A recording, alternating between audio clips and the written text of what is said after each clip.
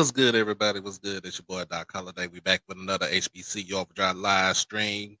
Make sure that you like this stream, share, comment, most of all, subscribe, become a member of the hottest HBCU podcast that's out there right now. And trying to see who we got coming in right now. Get up to about 50 people, then we're gonna make the jump into tonight's show. So we get up to about 50 people, we get to tonight's show.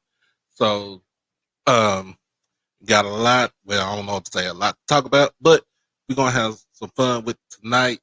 Um, as y'all know, as you see the title, it is HBCU tonight. We bringing it back, and it's gonna be a this is gonna be a daily, um, a nightly show, and then also on Saturday night we have, uh, of course, check us out on Saturday night with my co-host She Loves D. So we doing what we doing. We got Mr. Madison, Alvin Madison. What's good? What's going on? Stock Talk David. What's good, man? What's good? How you doing? Big B coming in. We 24 people in right now that's watching right now. Trying to get up to at least, let's get it up to about 35, and then we can get to going. And then I'll bring out my guest host. Bring out my guest host over here. So trying to warm up the crowd, trying to warm the crowd up.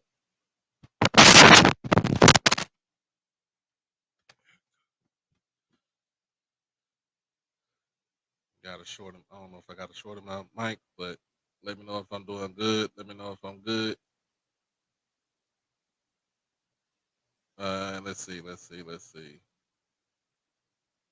Let's see.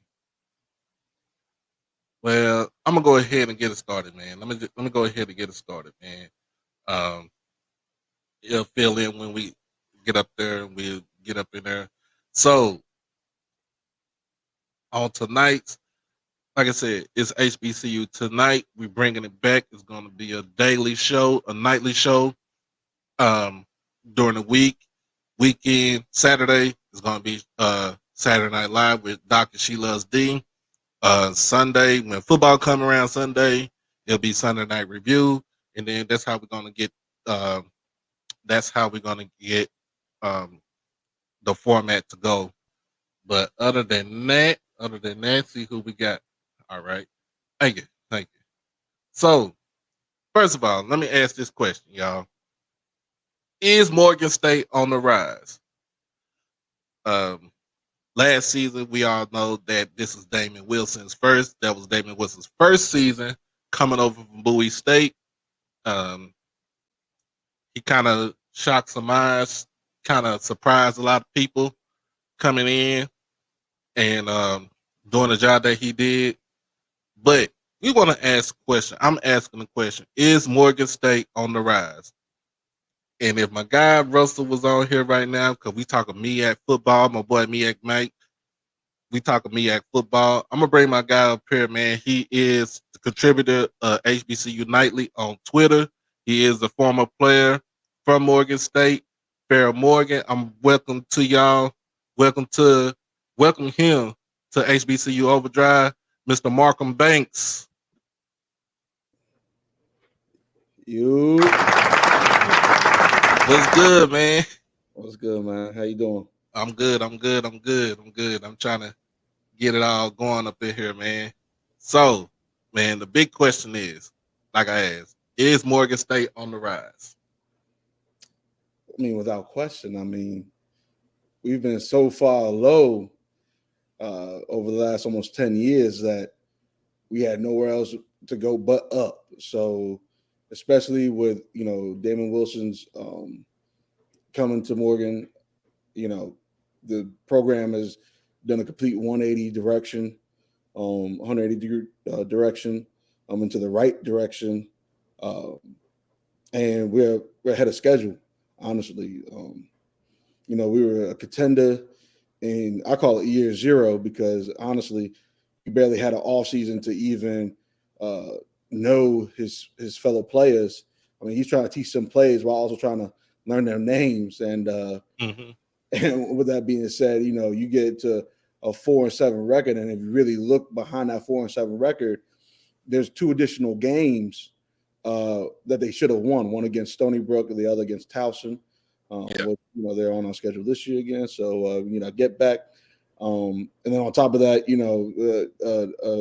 a shocking loss, which if you said that any other year prior, that it wouldn't be so called a shocking loss, but a shocking loss based off of our talent and based off how we played to Norfolk, and we was in it all the way to the last second of that game. And that's an additional loss. So there's a possibility that we could have been 7-4 as opposed to 4-7. And Right. so, so those little things. And on top of that, he didn't have his play. He didn't have his guys. Now he has a off season where he's going to have his guys and his own system that he can fully install. And it's a hell of a coaching staff that he mustered to get, like I said, late June, early July. So, we're definitely on the rise, and time is time is on our side, compared to that of Howard and Foward, because they flaw, but Howard and Central. So yeah, we definitely on the rise. Yeah. So, the big bad wolf in the MEAC is North Carolina Central, but Yeah, Howard is on their heels, and then you have Morgan, and I'm not going to count out South Carolina State because no, remember, we still got to remember, they 2 years ago they did win the Celebration Bowl against my squad, Jackson State. Um, so you cannot count them out. no. What is the um thing? What are the main concerns that Damian Wilson was looking, was wanting to correct for this recruiting season? Well, I think several things. I think for one, it's depth of talent. Um, like I said, listen, there was a spring. We had a spring season literally a year ago where there was only 47 players. Mm, Okay, for a Division One team, 47 players for a spring football. I mean that you can't play anything really with that. right. You go too deep. There's special teams, then a couple kickers. That there go your That's 47 it. players. That's all you got. That's it. So you go from that to then pretty much having close to 100 players, if not a little bit more than 100 players in the fall camp, and the vast majority of that are walk-ons.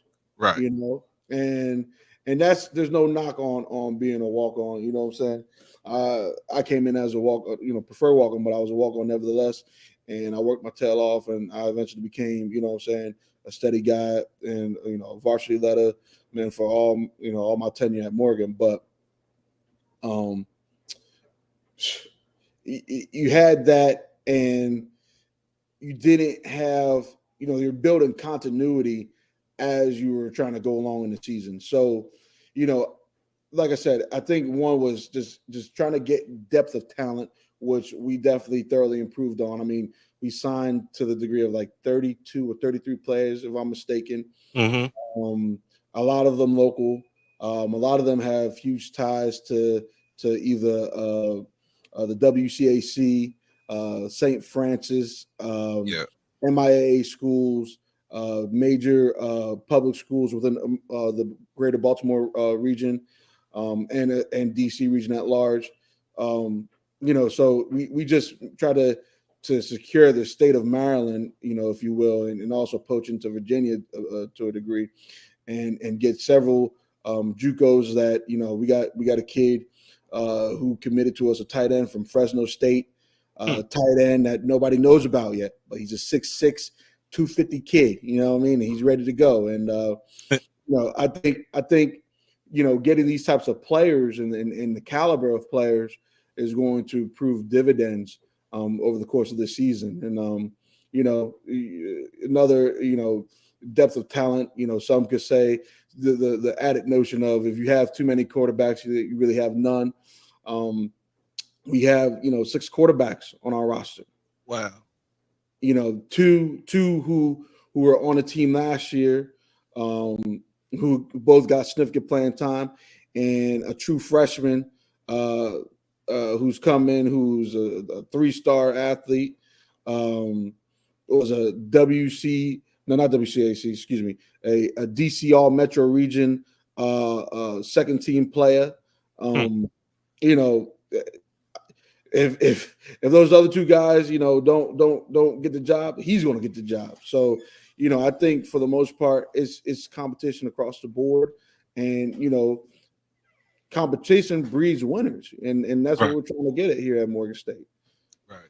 So another question I have is because Damon Wilson didn't get the job until what, like right before the summer. June, well, he technical timeline a little bit in the middle of May. Official start date I think was June 1. Okay. So with him coming in the first of June and not having that recruiting class to come with him, to for him to go through and pick, get the pick of the litter. It was a tough time, but watching Morgan last season, like you said, you kept up in games. You were in games all the way up until the end, but then you see the depth take its toll because you didn't have any body to bring in fresh bodies to, on certain possessions. What was the most important positions that Damon Wilson recruited for this year? So I think the most important was both securing that D line and O line. I mean, in regards to size, talent, and depth. You know, when you go against that school in DC, I really don't want to say their name. Just like how Josh has that thing for A&T. Right. It really hurts my soul when I have to speak about that school in DC. But if you will, Coach Scott down there, he comes from that cloth of FBS ball where he knows, especially when he was a SEC coach, them boys in the trenches control the narrative of the game. Right. And even Coach Trey Oliver down in Central, he understands that it's the trenches, and if you will, not only do they have experience, not only do they have continuity, but they had depth on top of depth. So, like you said, when that fourth quarter comes, either you want to put player B in, okay, and he also has experience, okay. It's a humming machine. It's not a cog that's kind of out of place where Right. not only where guys are trying to learn how to be cohesive amongst one another. One of them goes down, now you just down to a walk-on play. You down to Joe Smo. And like I said, no disrespect to our fellow walk-ons, but there's levels to this. So Right. That especially when we're trying to talk about championship ball, you need those types of big nasties, those talented big nasties to control the line of scrimmage. And at certain points in the game, especially like I said, against the top tier teams in our league, we couldn't do that down the stretch. And he's definitely addressed that. I mean, in the early recruiting class, we signed 19 players. I believe 12 of the 19 were offensive defensive linemen. So that gives you the acknowledgement and emphasis on what it is that he was trying to accomplish. That's cool. That's good. That's good. So now, another big question I got for you. All right. Had a big dog down there, up there, Alfonso Graham. He was pretty much the heart and soul of the team on the offense. He was pretty much the whole offense for Morgan State. Yeah, if you can say, if you will, you try to be nice with it. You can say that. He was the whole offense. Don't get me wrong. I wasn't into much of MEAC football until this past season. I started watching a lot more, especially when I be at work. Yeah. but he's gone. He's in the transfer portal. Um, what are y'all looking for to who do y'all get to replace that caliber type of player? Well, I think first off, Alonzo Graham is a hell of a talent. As a former running back myself, we have kind of like this uh going on almost 10 years, like a running back alumni club amongst Morganites. And we texting fellow players who were in that running back room, and we all looked at each other over this last year. It was like, hey, I think he's better than all of us, and it was kind of a unanimous decision, Yeah. A couple guys give him a run for his money. My fellow teammate Herb Walker from back in the day, and then Ali Culpepper from way back in the day in the early 2000s. I think they could give him a run for his money. Different style of runners and backs, but they're pretty elite. And then also like Orlando Johnson and Lamont Brown. But in regards to the matching of cutting ability to speed and quickness, he might be the best out of all of us. That's kind of 4-4, maybe sub high 4-3 type of back with Mm-hmm. that cutting ability. That's rare, and he you can't really replace that. I mean, let's be honest. That's FBS talent. Right. That's there's a reason why Coach Posey out of University of North Carolina, Charlotte, you know, try to recruit him from Morgan. You Hmm. know, thank God he decided to go pro because he this that quasi senior year he just decided to go pro. But you know, I suppose he had another year eligibility, and at first originally it was looking like he was going to eventually attend University of North Carolina at Charlotte, and that just like I said shows you the caliber of talent that he has. But like I said, you can't replace him. But we do have some other backs in the stable. One amongst many being Jabril Johnson, who's had significant. He's going to I think his senior season. He's had several years of experience, even before. Actually, ironically, um, uh, prior to this year, he was the main back in the 2021 season, while Alonzo was actually the second string back. So, Hmm. they had good rapport amongst each other. He actually was getting several carries, and subbing for Alonzo this past season. Made great plays. He's more of a in between the tackles runner. Very physical, about a 5'9", saying 200-pound dude out of McDonough High School. MIA school within the Baltimore region, a private school, big time private school in this region. Solid kid. Like I said, he may not be the guy who could break it to you on the outside and go 80 just off the bat, but he's the type of guy that could give you a nice 15, 20, 25-yard run up the Mm-hmm. middle. With a nice burst through the O line and D line parameters. So, we're going to have to get him involved a lot. You know, definitely introduce a strong passing game. And mix it up, and I think that will definitely kind of, I don't want to say replace, but kind of overcome uh, the lack of an Alonzo Graham, if you will. Oh, that's cool, man. Um, the one Achilles heel on the team, and I'm gonna say it was was the signal caller, the quarterback spot. Carson Baker, he was, and correct me if I'm wrong, he was a freshman last season, right? No, no, no, Oh, no, no. So Carson Baker is technically a grad transfer. Started his tenure at San Diego State. Had a big game. Highlight of his career at San Diego State was a surprise beating against BYU in 2019, where he was started of that game, and I think threw for about 180 yards. Had a solid completion rate that game, no interceptions. Led them to victory. I think played the following season, but then got injured early, and so they brought in somebody else. So he transferred. Um, and he transferred to WKU. But unfortunately, he had to play backup to a guy named Zappi. Yeah, Um, Bailey Zappi. Bailey Zappi, who I think is an all-time leader in passing yards, NCAA passing yards. So that's tough luck. So he comes in this past season to Morgan, where honestly, with like I said, the lack thereof of continuity and understanding guys and having a loose spring and loose summer and loose everything, he was very serviceable and very very good for us.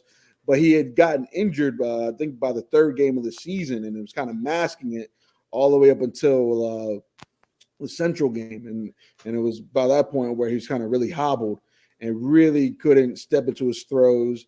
Really couldn't, if it was zone read, couldn't pull the ball to run just because of like his ailments.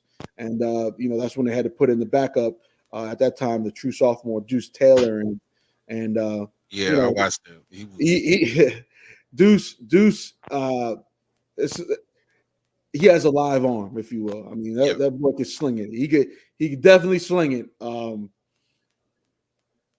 Like I said, it's live. It's like a Colt 45 if you don't know how to use it right. If you hit it where you want to hit it, it looks beautiful. If right. you don't know how to really harness it, then look out, everybody. So that's kind of towards the back tail end of the season, what we was kind of having to go through, those type of growing pains, and unfortunately, uh, turnover here or a missed block there or whatever have you, kind of upends the type of momentum that you want, especially going into the Howard game. But there's other games where he shined. I mean, you talk about against coming in against Sacred Heart when Yeah, Carson originally sustained his injuries. That second quarter and onward, he shined, whether it was zone read or just finding the right receiver to throw to. He made plays, or even against Delaware State where we blew them out, I think 36-7. right.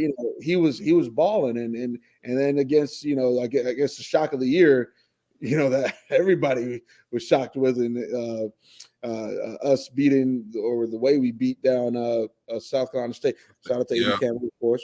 Much respect, much respect. Okay, yeah, but he was tremendous. It was just some other games you'd be like, "Whoa, what's going on there?" In regards to us playing Howard and us playing Stony Brook. So inconsistent. With an inconsistent year. It's kind of the MO for our season, and so that's why I said with us building continuity. Him having a full spring with the system that he's going to be in.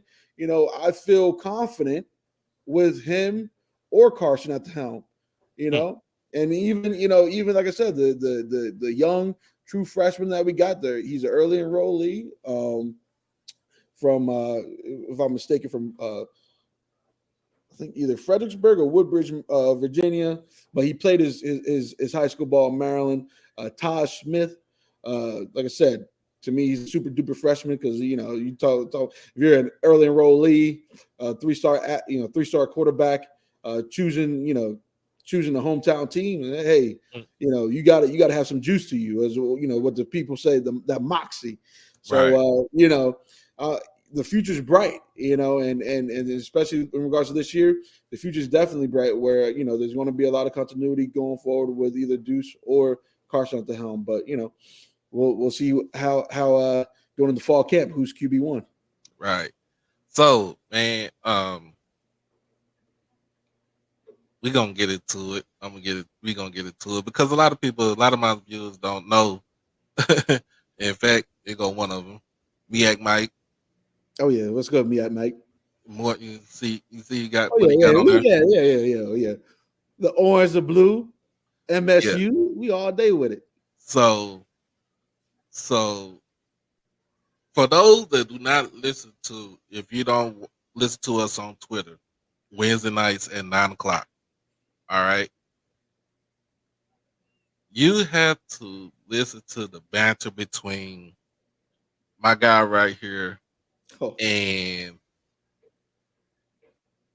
two people that he has the schools that he has disdain for. The host, which is Josh Sims. He's the host of HBCU Nightly, North Carolina Central grad, former athlete too, right? Yeah, yeah, man. I think ironically we missed my freshman year would have been his senior year, but he actually forewent his senior year in regards to academic pursuits. So Mm-hmm. I missed literally being on the field with him by 1 year. So, But we also got a Howard grad. ugh. We call her Miss Petty Betty, Erica Lee. I And didn't say. By the way, I didn't say that. Petty Betty, I didn't. You said it. that's me. I know. Oh, oh, I tell her that. I tell her that. I tell her every when she get on your head, Petty Betty. Come on now. But but y'all are like Hatfields and McCoys when we do the show.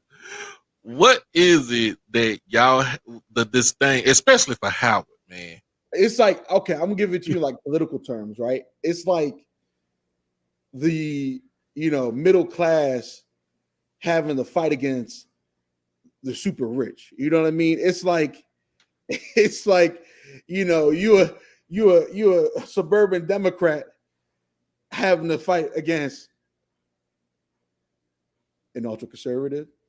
Ooh. You determine who's who. All right, but the entitlement, the braggadocious nature that they carry, that they think they all that. Listen, they were not good until this year. All right, and finally they think that, just because we have one co-championship in the last 40 years, where they weren't even the main co-champion, they didn't have a postseason.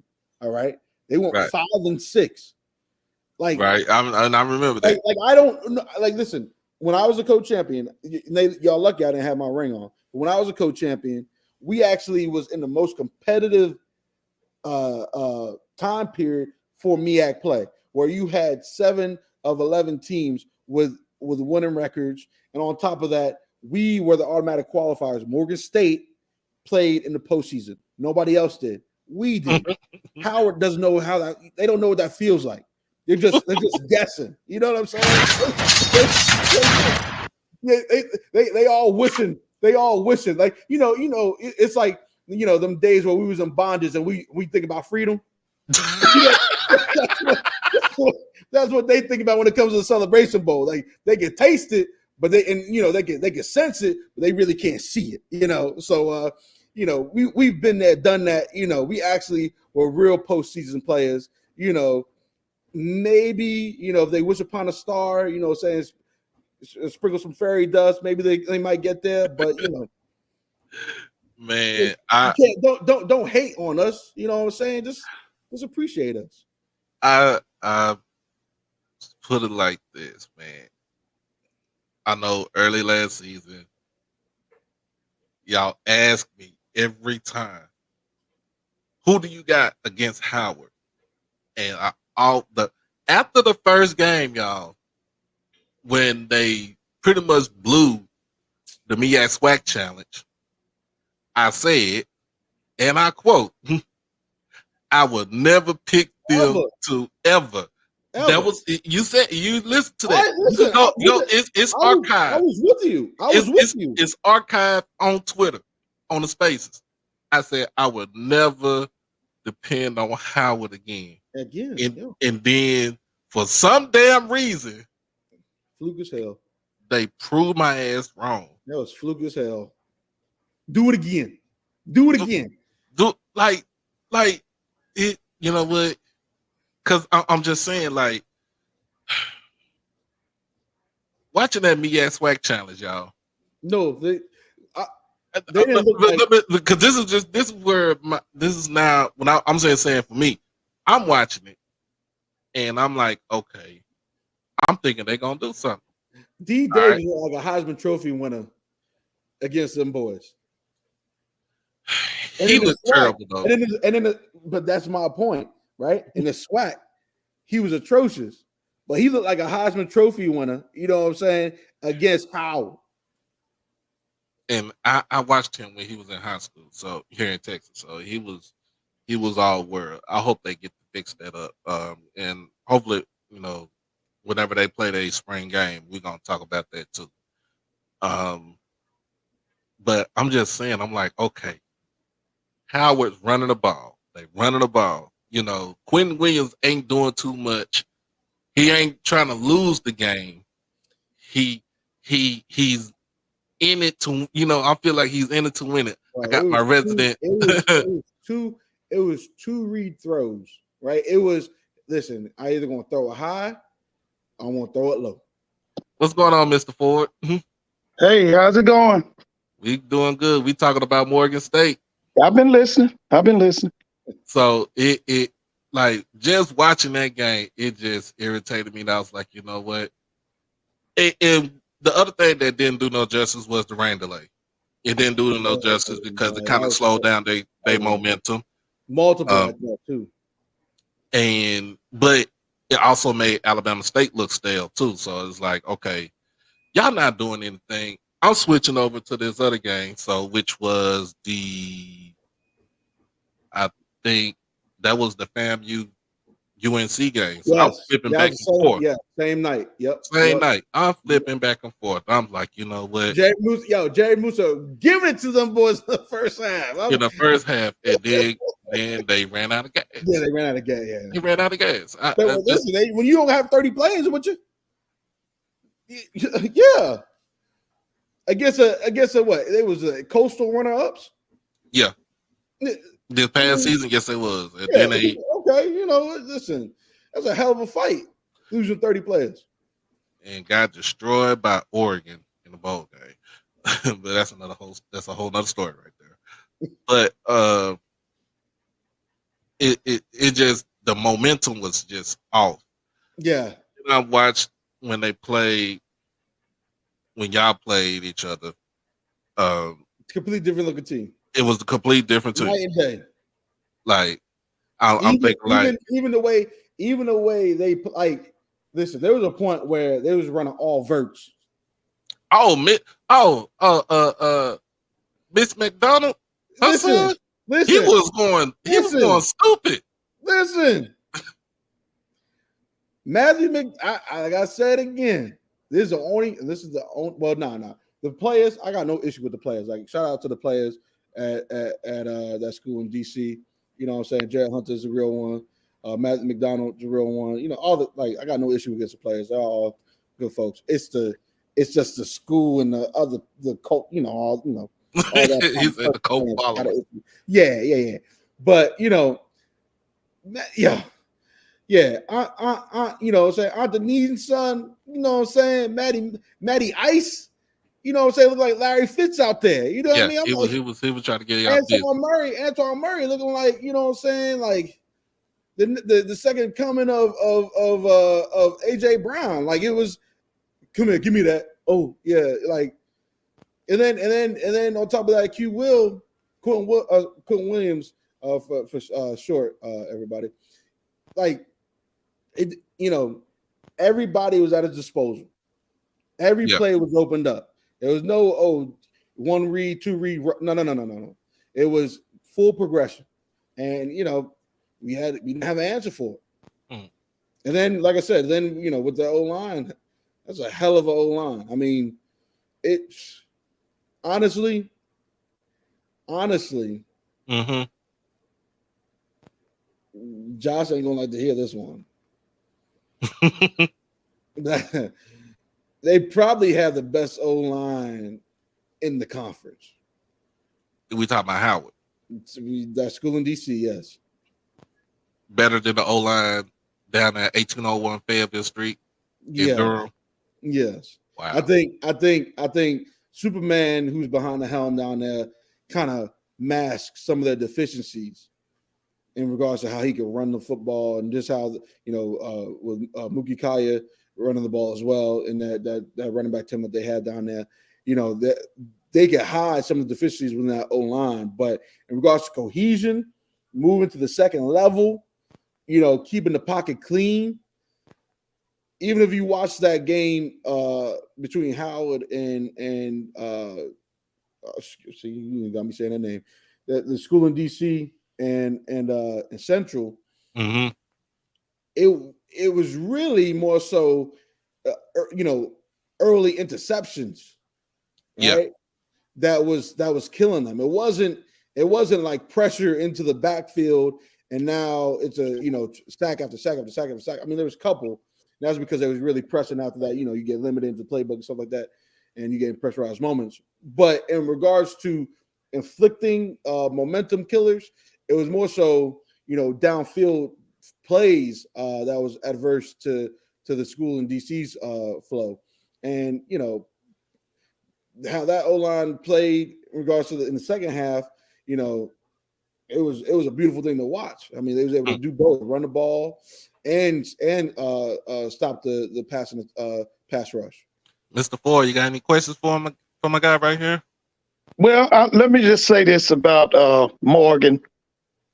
Those people in the MEAC and HBCU football better go ahead on and beat Morgan now, because Wilson's going to take them to a level very few people going to be able to compete with them. But let me say this also about Morgan. Morgan and Norfolk State are two of the biggest underachievers in the MEAC. Because of Morgan's geographical location, Morgan should be winning in football on a high level. Morgan should be winning in girls basketball on a high level. Morgan should be winning in men's basketball. This is the school that gave you Marvin Webster. Don't forget that. The human eraser. What do you know about the eraser? They don't. You know who I am now. Anyway, Morgan should also have. You see the success that North Carolina A&T has had the last 5 years in track. Morgan should have the same thing going. But here's the thing. They picked the right person. Now, how do I know?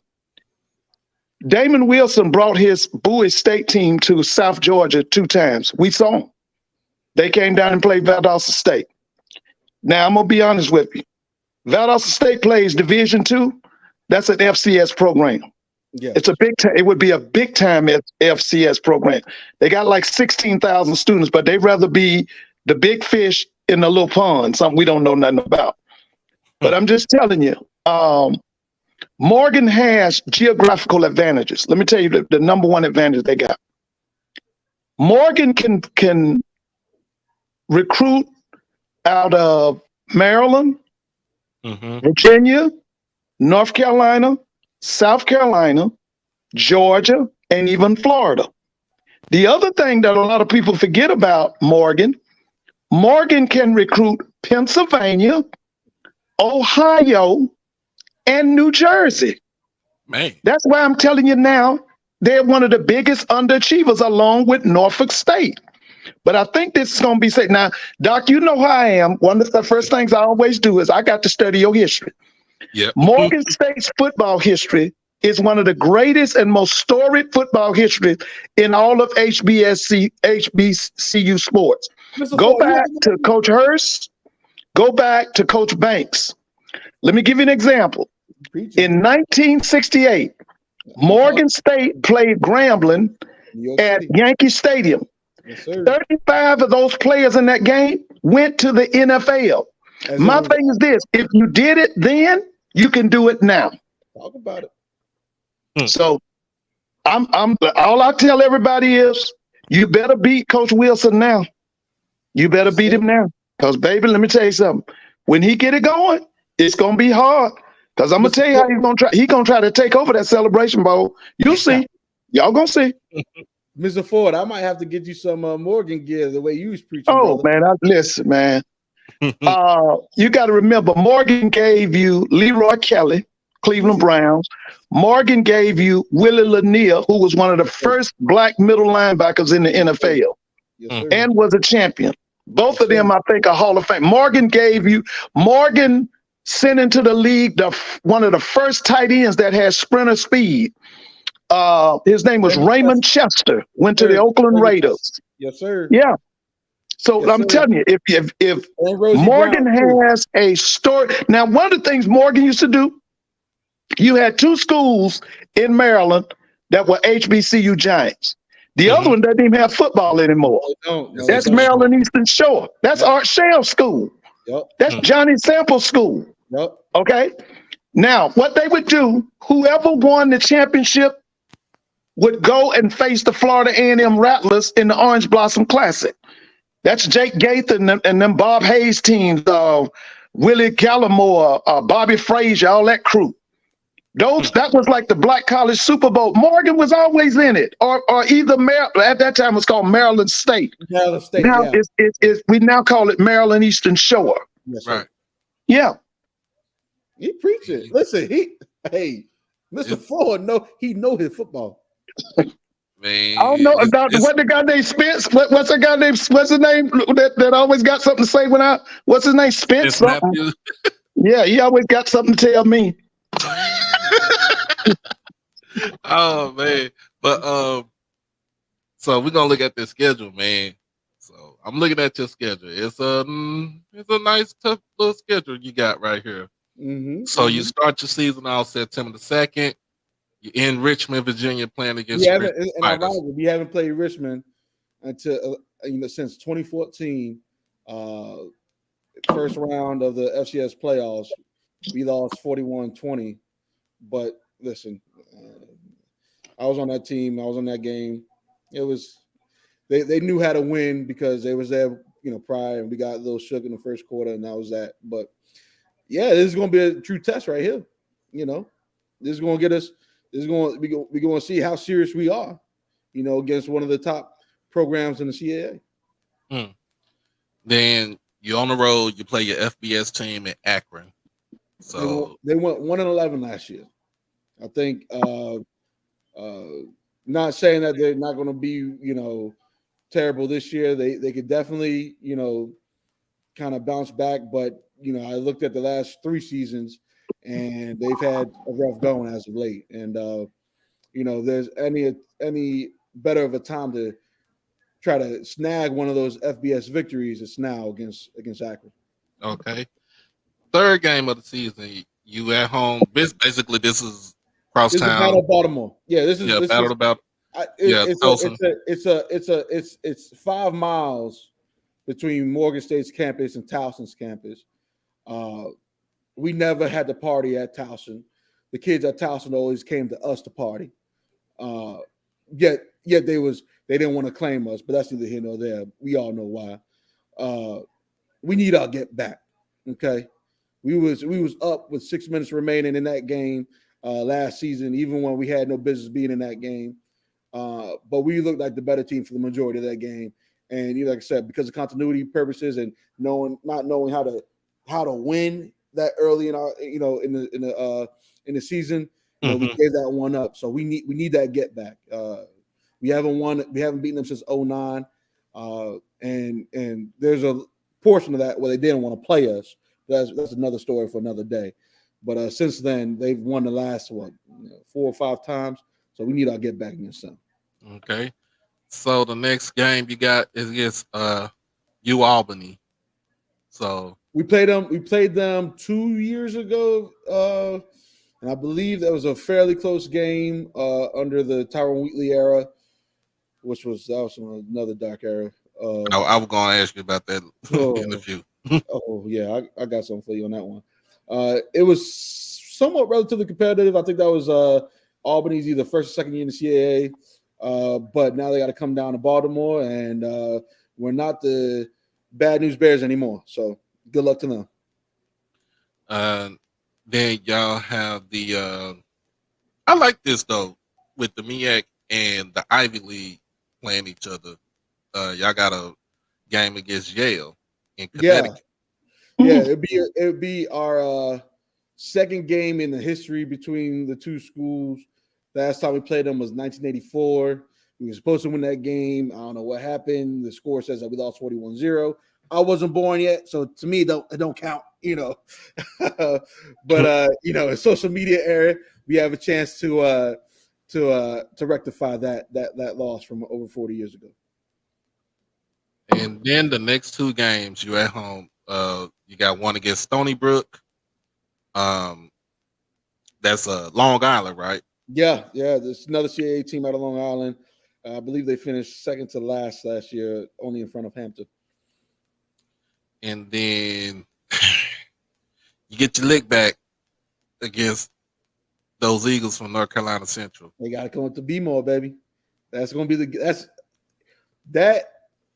There's 3 games I think that are going to determine the MEAC championship, and that's one of them. The other being that school in DC versus Central, and then the third being the National Treasure versus that school in DC at the end of the season. But yeah, that's part of one of the gems of the MEAC schedule, and it kind of stinks that it's right off the bat, but hell, I want to get it done now. Hey, that's what I'm saying. You line up and we're gonna put it down. All right. The next game is against Norfolk, so y'all in Virginia for that game. We owe them because that was some BS. Oh my! I have to say this again for the Spartans. Dawson Odom's got to win, or he ain't gonna have no job. Mr. Ford, he tell me this all the time. Dawson Odom's gonna win. It's weird. They are historically within the MEAC. Like you said, if Mr. Ford is saying that we're underachievers, I'll take that. That's true because our record in regards to championships have proven that. But historically speaking, especially in the last 15 years, Norfolk has always been a team that they're kind of like in that middle to upper echelon, middle of the pack, right? Mm-hmm. Where they're not bad, but they're not at the top end, but they're just a stout team. And in the last couple of years, that kind of hasn't been the case, which is just really odd. And so I don't know, what is going on. And especially, this past season with the amount of transfers that they had, yeah, he's definitely, I can't speak for Norfolk because, I don't know any of the alumni outside of a couple people, but it's, hey, yeah, he needs to win some games for sure. But it better not be against us. Listen, Norfolk doesn't even have to go anywhere. If they just recruited the Tidewater area, they could win football, basketball, baseball, and track. Just the Tidewater area. When you talk about the Tidewater, this is the area that gave you Lawrence Taylor, Allen Iverson, Aaron Brooks, and Michael Vick. Do I need to say anything else? I do. Listen. Mr. Ford, where are you from, sir? I'm from Albany, Georgia. And you know your areas and where the stars come from too. I give you. Respect, sir. Respect. Then Dell State comes to Baltimore. We talking about Dell State. They are. Listen, so we have now. Disclaimer: I do have a relationship of sorts with Coach Hall because I played for him back in the day. So I do know him. We do talk sometimes. And ironically enough, when he was a coach at Morgan and even at Howard, I'm sure, that was kind of like our get back game. If we was not, we lost 3 games in a row, whatever have you. You kind of look on the calendar. You say, "Oh man, we got Dell State. All right, at least we're gonna get this one. We're not gonna go win this." And the history, ironically, proves that. So we got like a 47 to 17 record against them. It's kind of been somewhat dominant over the last 60 plus years. But I can honestly say that thought process of just thinking like it's going to be a easy win, whether it's in Dover or wherever you're at, those days are numbered for sure. The big one, the last two, the big ones. First, you got South Carolina State, so you're going to Orangeburg. So this is how you want to talk about dominance, the invert look for us. We've only won 3 times in the last 42 years against South Carolina State. What? Yes. So the first time being in 1979, the second time being in 2014, and the third time being last season. So you're not the only team in that boat now. You know, if you go back and look at South Carolina State under Willie Jeffries and then Coach Davis, nobody would beat them. So they got a record. They're definitely one of those blue bloods. Yeah, they're blue blood from way back. Even listen, even when we beat down beat them down the way we did, you didn't see me talk a lot of smack because it's right. It's like, yo, we really did this. It's kind of a bit surreal, and on top of that, you just got too much respect for a program like South Carolina State. So we're expecting Coach Pugh to have them boys ready. He's making changes. He's making changes. They had a tough season last year. Yeah, we don't think it'll be the same case this year. And listen, them boys in Orangeburg, I don't know what it is when you play in Orangeburg. Them magnolia trees before you go into that stadium. It's like, I don't know if you've seen them, the Eve's Bayou. I've seen magic kind of starts going crazy in there, and before you know it, you're at this beautiful white looking stadium, and you got to face some boys, them tough boys from the depths of South Carolina and North Carolina region. So it's gonna be a tough one, and man, I know they're waiting for their get back. So we're gonna be in a dogfight for sure. No pun intended. And then the last game. The game. Y'all in DC. I'm a be there. Y'all at what do everybody call it? The Mecca. No, not everybody. I know he's saying Morgan. I'm talking about everybody else. I call him that. Everybody else call him the Mecca. I don't know who calls him that. That's some delirious stuff. I don't know who calls him that. I don't call him that. Oh, Jesus. Okay. That's some cult stuff right there. It's called the Mecca. No. They're the alleged. That's what they are. The alleged. It's Howard University. That's school in DC. We listen. For one, my personal record against them boys was 3-1, and we should have been 4-0. So I never look at them serious like they're good. I can never. It's beneath me. They are beneath me. Who's your head coach? Who's your head coach? Who for Howard? No, for Morgan. You said you went 3-1 against Howard. So I had multiple coaches actually. We didn't matter who it was; they all won. Outside of my freshman year was Coach Hill, Donald Hill Ely. Donald Hill. Yeah, I know him. Middle 2 years was Lee Hall. Now, and you know what? They don't give him any credit. Lee was going to bring Morgan back, but he left and took a job with the Indianapolis Colts as a wide receiver coach. But he was going to bring him back. Listen, he knows this. He got boy before, but Lee's a good guy. I think Lee was a Holy Cross graduate. Yes, he was. And then his replacement, Fred Ferrier, also. Yeah, I remember Fred. Fred's with Maynard down in Huntsville. Yep. Yeah, he's down there. He's down at Alabama A&M.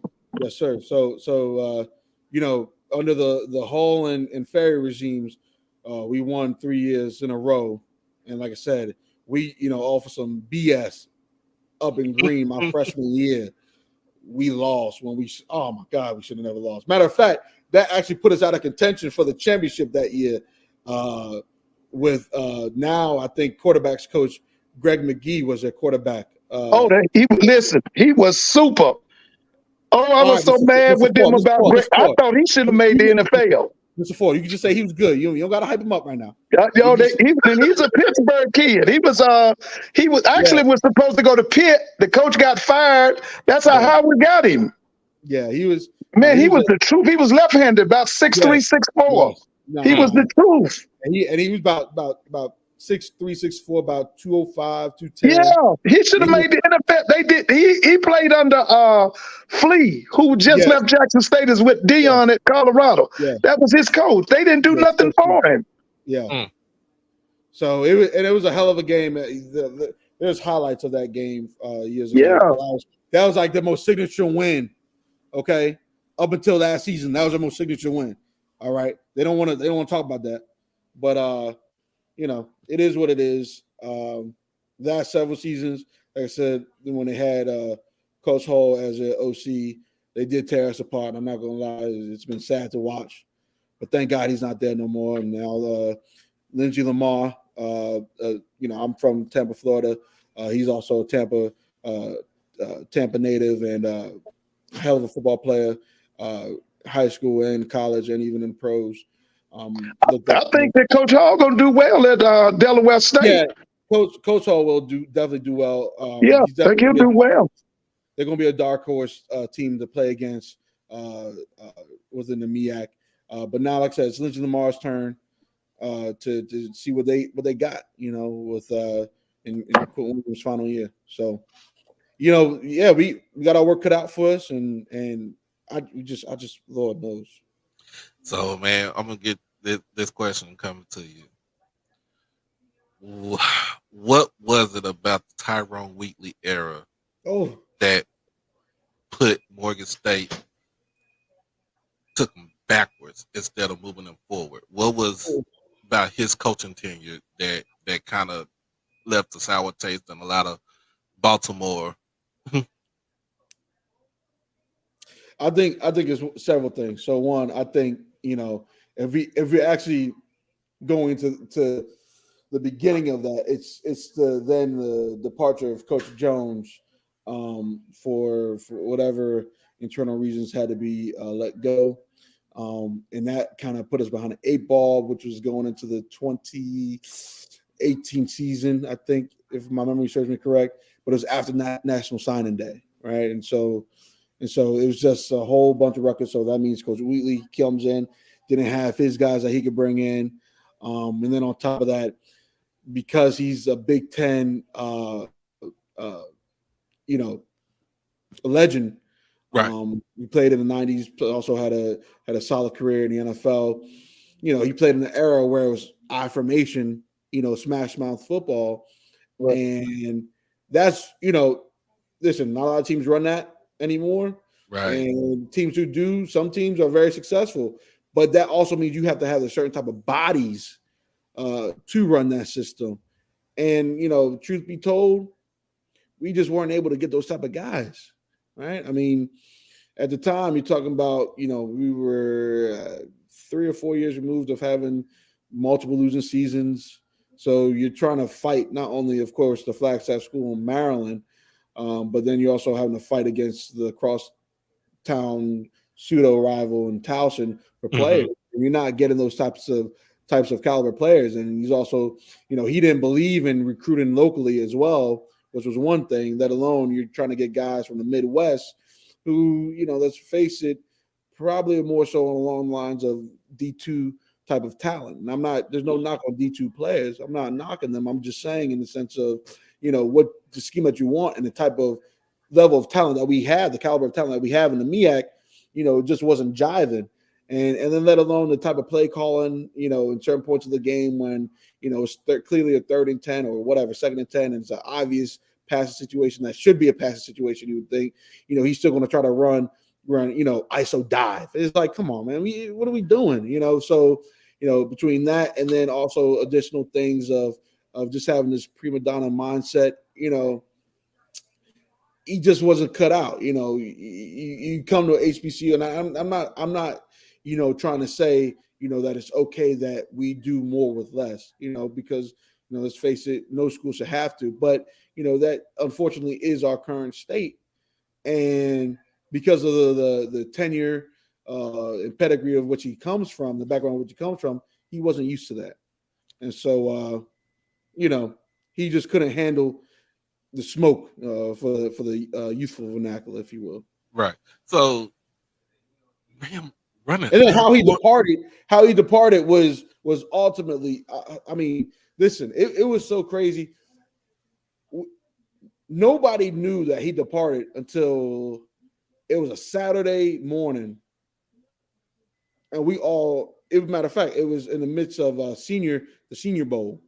And you're looking at the ESPN ticker, and it says Nathaniel Hackett hires Morgan State's head coach Tyrone Wheatley, and that's how people found out. That's crazy.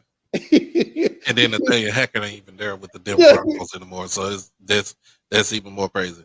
It's just the fact that when you saying he's running I formation, which is cool. I mean, understanding so like if you're doing it in the red zone or if you're doing for short yardage, that's cool right. and everything. Or if you don't have the type of offense where you just straight up pass the ball, and I can understand that you got about 6, 7, 8 running backs in your stable, and you just gonna run so you just gonna run teams to death, kind of like a North Dakota State that does that every week, week in, week out. But keep in mind, NDSU, they have 20 O linemen, Right. right? At Well, Morgan, the updated version of the I formation is now called the pistol. yeah, If right. you, it's the pistol. Right, Yeah, and we ran, and that was a form of I yeah, that we ran was a right. pistol. You just However, run it with one back, and yeah, you line him up just like he would be an I back with no fullback, but we multiple wide receivers. yeah, But but they just we but they actually just did come run in. it with a fullback. We actually did run it with a fullback. Oh, you did? Okay, okay. Yeah, Because now Doc Kimbrough Jackson ran it. Jackson ran it on the Comedies Oh with yeah. Clayton Moore. They ran the pistol. Right. They ran it with without a fullback. I like the pistol. I like Yeah, the pistol. that's the updated version of the app. Right. and we ran a pistol too when I played. However, the playbook was a lot more expansive than what Tyrone was displaying. Mm-hmm. So my thing about with Tyrone and what you just said is, okay, he's a Lloyd Carr guy from Michigan, right? Yeah. Who was brought up under Bo Schembechler. So he was trying to continue something that he knows to in this decade. We're trying to run, a offense, a pro style offense, which is not what you would see all the time. Not what you're seeing now, like what we saw back in the day. Back in the day, I'm a Cowboys fan. Look, Emmitt Smith, Moose Johnson, what I'm saying, I formation. You got the big heavies up at the front. We gonna run you to death. We'll run you to death, and then we'll put you, lull you to sleep with some play action passing and and some throw it time to the playmaker. Yeah, right. So he's looking at when I'm thinking of, he's looking at it like, this is what you're gonna run. We're gonna run this, and we're not gonna run anything else. But the game has become so more explosive and expansive when you being in a shotgun, or what I'm saying, or like I said, in a pistol. I would, if you're gonna run an offense based off the I would run the pistol formation out of, what I'm saying, basically I formation, and that's it. but once again, you also have to have the caliber of lineman to run that with. Where under his regime, that wasn't the case. When I played, we were one of the heaviest and biggest O line, and not in a sloppy manner, but we were one of the biggest. I'm talking about averaging 6'4", about 330, 340 type players when I played. That then kind of decreased going into the Wheatley era, and then during the Wheatley era, it really, the type of guys that they were getting weren't like that. Not until the last year or so of his of his era. So and like I said, on top of that, we didn't have the depth of O linemen. Right. Well, if a guy gets hurt, now you talk about, like I said, now you're talking about putting a walk on and good luck. Like it just didn't make any sense to try to run a system like that when you just don't have the caliber nor depth to do that with. You're going to do smash mouth. It's going to be physical, and you need to have multiple bodies to be able to do that. Hey, we got Coach Walker in the house, man. And Coach Walker, you gonna come in? You gonna jump up? We can jump up in this conversation right here. Talk about football. But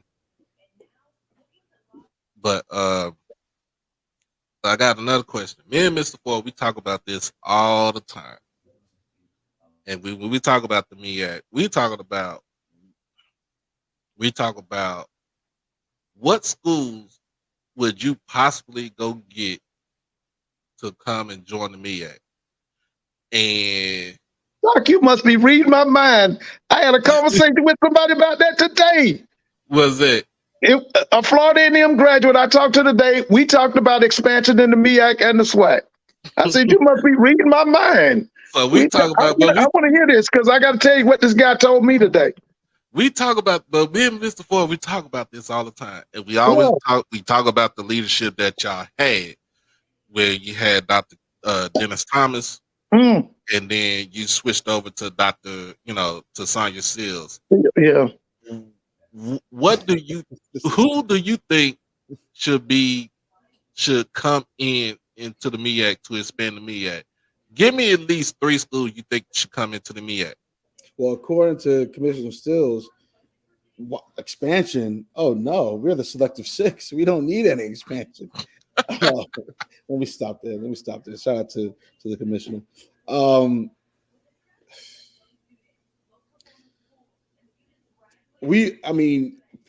Privately, my teammates and I, we have this talk. Josh and I have this talk. I think an absorption of teams is unlikely at this point, for the sake of the MEAC in its geographical footprint. It's just so expensive for the FCS. Mm-hmm. Unfortunately, it just this is. I don't know really why, but it is for programs. And schools that you would think like the Virginia States or whatever have you, some people use say Bowie, they're like, oh, why don't they just come? They see the cost and they don't want any of that fuss. I think if there's any type of expansion, if you will, it would be more so of a partnership, similar to the WAC and ASUN. Okay. Which particular conference?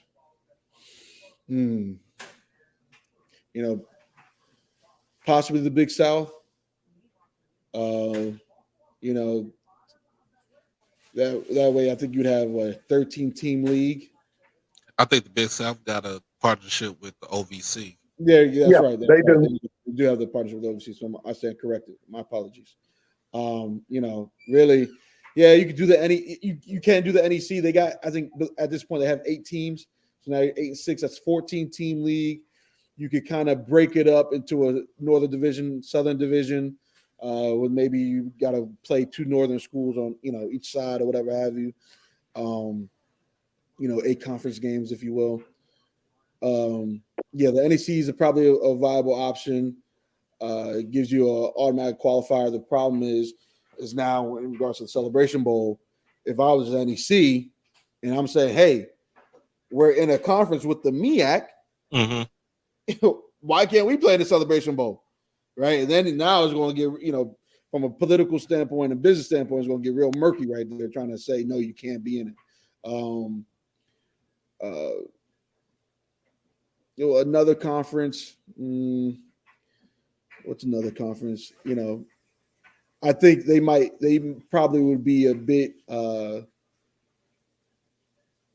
from a mental standpoint. They'd probably be thinking it's a bit beneath them to try to, I don't say merge, but partner maybe the SoCon. I think they're another 8-team league. And I don't think they have a partnership yet, but they do have solid teams within their conference, and they did just have the departure of, I think, Kennesaw State. Am I correct with that, Mr. Ford? Kennesaw left the ASUN. They go into conference USA. So then again, like I said, now, but you got schools like that, Sanford. Now that does create a huge geographical footprint. What's good, Melanated? That does create a huge geographical footprint. What's that? I think the SoCon comprises of like Alabama, Tennessee, Georgia.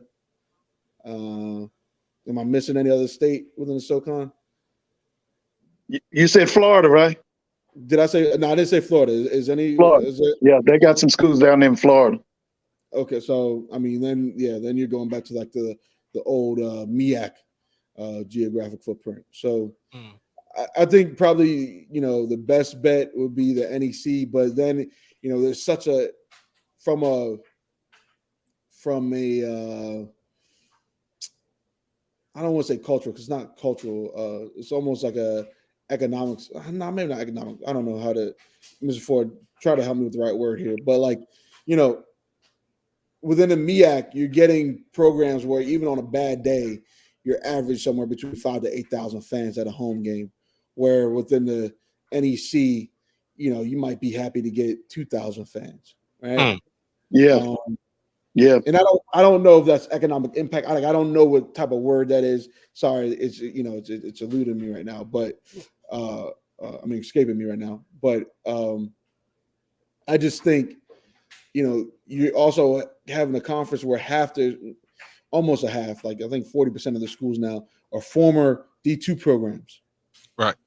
And from a cachet standpoint, if you're trying to get then that AQ bid, how does that look? Does it look like you have a strong conference? Does it look like the MEAC is probably the main heavyweights? And on top of that, historically speaking, the MEAC didn't get that type of love anyhow, even when we were an 11-team conference. But I'm curious to see what Mr. Ford or you, Doc, got to say about what teams you think can. I just think it's like I said, so many schools, those schools that you would think would be a no-brainer have all declined. It's like stop right there. So, but yeah, I'm curious to see what you guys got to say. Well, we talked about this. I think for the sake of our sanity, and for the sake of theirs, I think Hampton needs to bring their tail back to the MEAC. Yeah, I mean, Ain't no way in the world. And I understand, you know, I know that y'all told me the history about Dr. Harvey being pretty much the czar of Hampton University, where he planted his flag. This man ain't going nowhere. Like he still got he moved out of the penthouse and moved it to the he went out of the penthouse and moved it to the guest house. right. So, um, but to me, it's about the competitiveness and understanding as far as the financials. They feel like they make more financially with CAA, but as far as the competition goes, No. I mean, that was an added benefit. That was an added benefit, but they wanted to be. I can't remember the proper term, but it was aligned institutional alignment.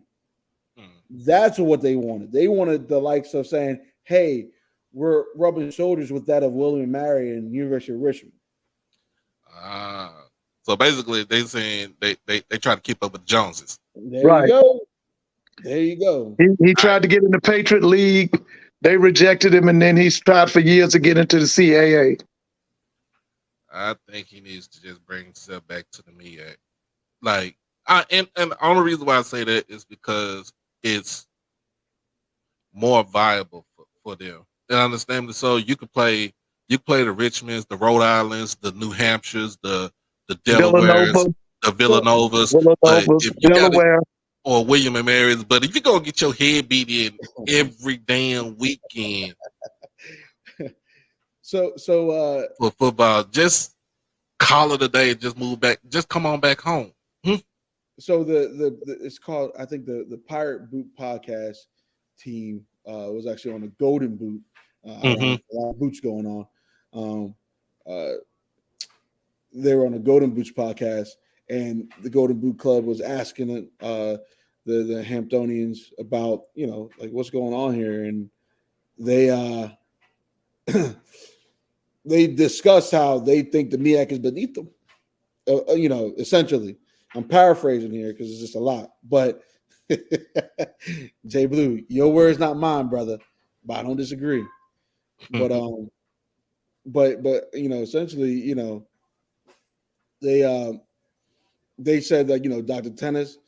Dennis Thomas was a he's a Hamptonian, so that was one guy. Harvey's a Hamptonian, that's another, and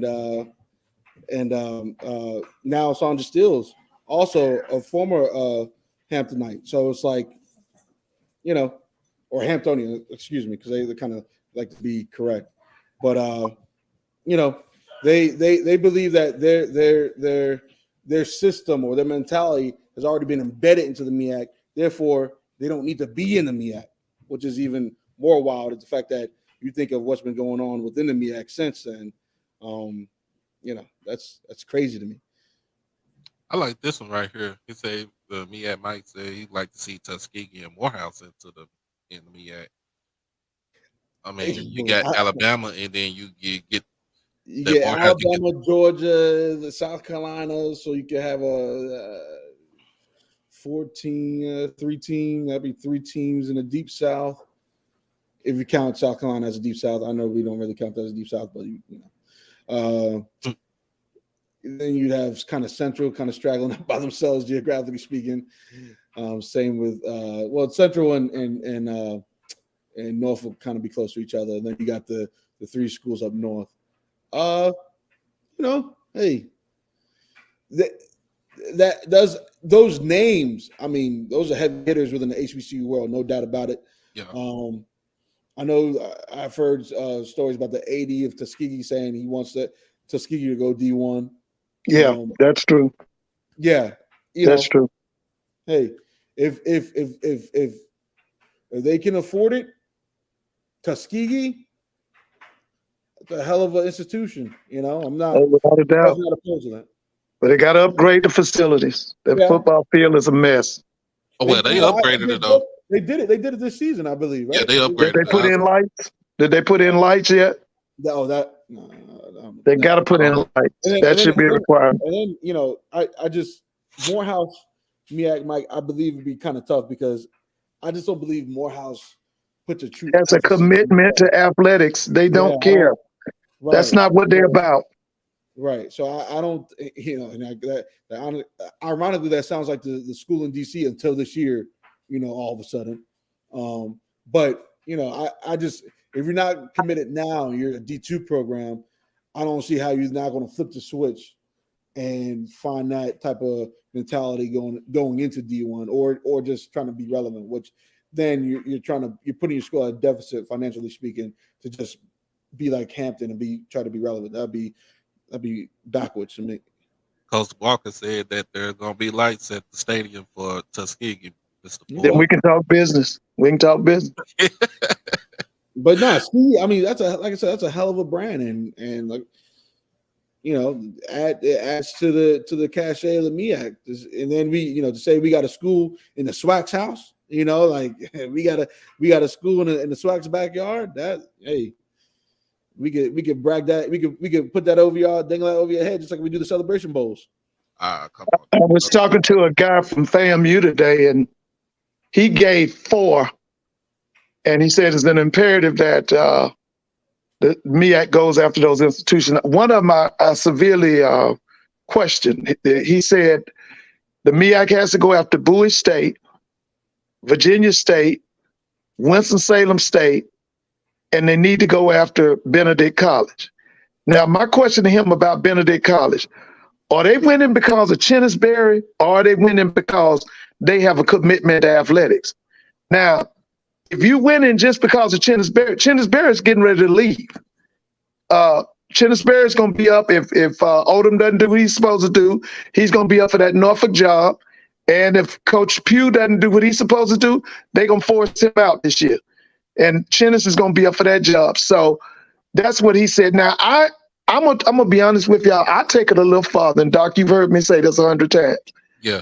I still say 5 years from now, 10 years from now, we are going to regret that we didn't combine the SWAC and the MEAC. Yeah. And he asked me today, he said, do you think they have the vision to do that? And I said, it's easy. All we got to do is use the NFL model. No, those MEAC schools don't have to come to Texas. what we could do is go to a division system where you would have maybe a pod system where, say, a Norfolk State would pick 3 permanent schools and then make their schedule out. Yeah. And I told them over and over with this terrible economy that's coming, we ain't gonna have a whole lot of money, y'all. I know y'all think that everything gonna be up and up, but baby, this depression that's getting ready to hit us is gonna be worse than the one in the 30s. And we're gonna, I told you this, Doc. I know you remember me telling you this. Mm-hmm. 2 summers ago on Swag Buzz's show, I told them Southern and Grambling are gonna have to play twice a year. Jackson State and Alcorn are gonna have to play twice. Alabama State and Alabama A&M are gonna have to play twice. I say in the future, Howard and Morgan State gonna have to play twice. We're going to have to use the NFL model. We do not have to recreate the wheel. We can go by the model that the NFL, we would have divisions. No, we wouldn't have to worry about Morgan coming all the way to Alcorn. Hey, we wouldn't mind that. They're like mirror schools, We wouldn't mind that. But I will say this. So that question was asked to Commissioner Stills this past media day, last year, and she said no. I watched it. Any regard would there be a super conference, because she thinks she wouldn't have a job and she's in the way. That's why she said no, because she wouldn't have a job and she's in the way. So I'm telling y'all, we're gonna regret not doing what we're supposed to do. I think also, if you do have a super conference to a degree, you could have a talk of, if we was to say, could HBCU programs go FBS? That could kind of be the spark plug to create that, right? But like I tell everybody, if the black schools are gonna go FBS, we got to come up with $10 to $15 more million. Right now, Jackson State spends about a little under $10 million. Yeah. If we're gonna be FBS, that means we got to go against University of Southern Mississippi. University of Southern Mississippi spends $30 million. So we got to Jackson State, if they're gonna go FBS, they got to come up with $20 million. And won't even play us. It's insane. So we just within the state of Maryland, right? I mean, our football program alone is about almost $6 million budget. Right. Towson's is somewhere in the realm of 11 million. Then you got, of course, the behemoth down in College Park. Right. That's about 30 million alone. A little bit over 30 million, I think, just for football. So we honestly gotta find a way to compete against conference rivals, if I would say. You know what I'm saying? Like, we got to stay in our lane for right now. We got to stay in our lane. We got to find a way. We got to find a way in the MEAC to be comparable to the CAA. Yeah, that's our footprint. And this is why I keep telling people it was so crazy. And Doc know I've said this. So it was so crazy for Hampton and North Carolina A&T to jump in that CAA. A&T spends $16 million on sports. Yep. Villanova spends $58 million. Yep. Delaware spends $40 million. Okay, I can't remember. So I would say for Villanova it's tough because they play Big East basketball, which is but they play CAA football and everything else is football. But you're right, the basketball is Big East. I would compare that more so to James Madison before they left, which was the highest. We could go with Delaware. It's a big difference between $15 million that Hampton spending and the $40 million that Delaware spending. Right. You preaching. Yeah. So I don't understand it. I thought that we had learned from the mistake Tennessee State made back in the 80s by jumping in that hillbilly. And by the way, guys, I don't know if y'all heard about. Did y'all see them put the 2 black guys out of the Tennessee legislature today? I'm talking about that tonight, Mr. Ford. Man, if the people in Tennessee don't do something about that now, that was ridiculous, man. That'll be Simply my because they brought up that something needs to be done about guns in Tennessee. You put them out of the legislature. Yeah, we're gonna talk about that at the end. Yeah, that was ridiculous. That was all for the day. Man, Listen, you know what I thought about? I said we back to the end of Reconstruction. When they remember at the end of Reconstruction, all them black people that was in office, they just put them out of office. Georgia was one of the main ones. Just put them out. man. So, hey, Markham, I got a question. So, this is my question for you. If I was to come to a Morgan State game, if I was to come up to Baltimore, oh yeah, I've never been to Baltimore. Okay. What do I need to expect from coming up to Charm City and coming to the what you call it, the national treasure? The national treasure. All right. So now we talking about coming to the city, or we coming specifically towards the national treasure? Are you just beelining it to the straight to the campus? I want both. I want both. All right. So, boy, it was a whirlwind when I first got up here. I'll tell you that. I think the very first thing that you probably want to do is go to the inner harbor. Amen. Amen. You know, experience it in the harbor. Get you a nice expensive crab cake. You know, while you're down there. You know, just so you can have like the ambiance and the culture right in front of you, and tasting it all in one. And then you kind of want to go driving, you know what I'm saying, probably up on historic North Ave where our people are, you know what I mean? And there's several historic sites and former national historic buildings, whether it's former jazz clubs, if you will, or just famous places from way back in the heyday. But you kind of get that vibe of North Ave, which is a historic street, you know, except for our people, which, you know, comprises for the majority of the city. Don't be wearing the wrong colors though. But you know, other than that, but after that, you know, after shooting the breeze with folks, you know what I'm saying, then you're gonna head over, whether you want to go to Coppin because you leaning towards west, or you go to northeast where the national treasure is located. When you get on campus, you just gonna see nothing but beautiful black chocolate everywhere. You know, you're gonna be like, man, I see why it's a treasure. You know, why didn't people tell me about this, you know, before? And from the buildings to the culture to the history, you're gonna experience something of understanding why Baltimore, like, you know, similar to New Orleans, similar to Detroit, similar to some of these other major cities, why it's one of the epicenters of Black history. Don't forget to tell them now, Baltimore's a great sports city too. Now, Doc will love that. They got great high school basketball.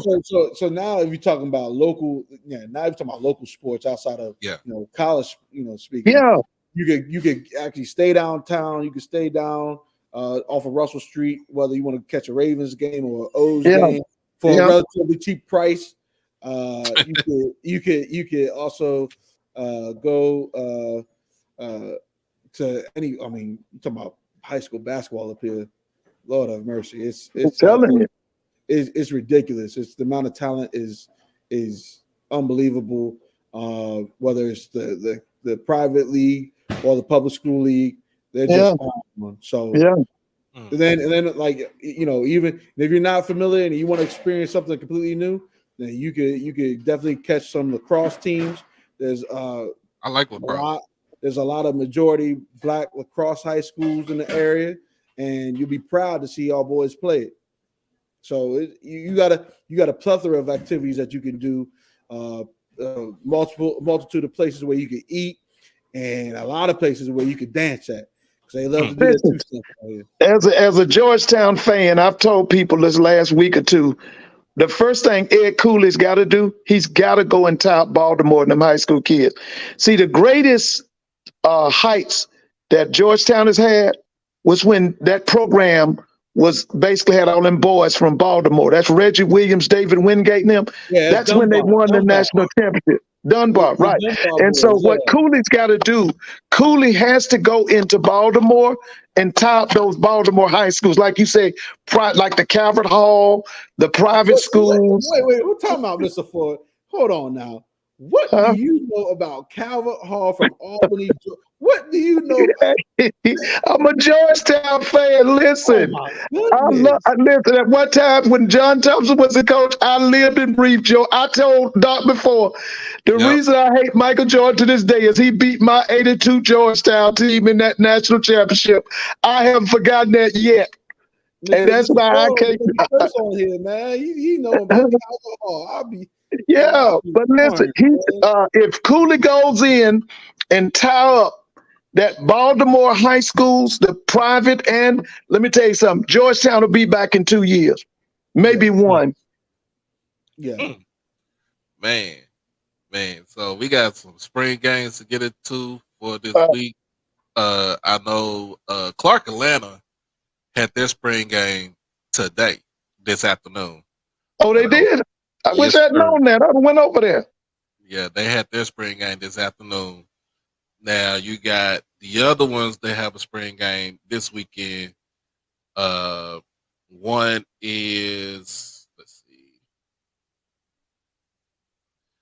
see, I had it right here. You got Alabama A&M. Question about Alabama A&M: who gonna be their quarterback? That's my question. That's it, baby. That's gonna determine a lot. Who gonna be their quarterback?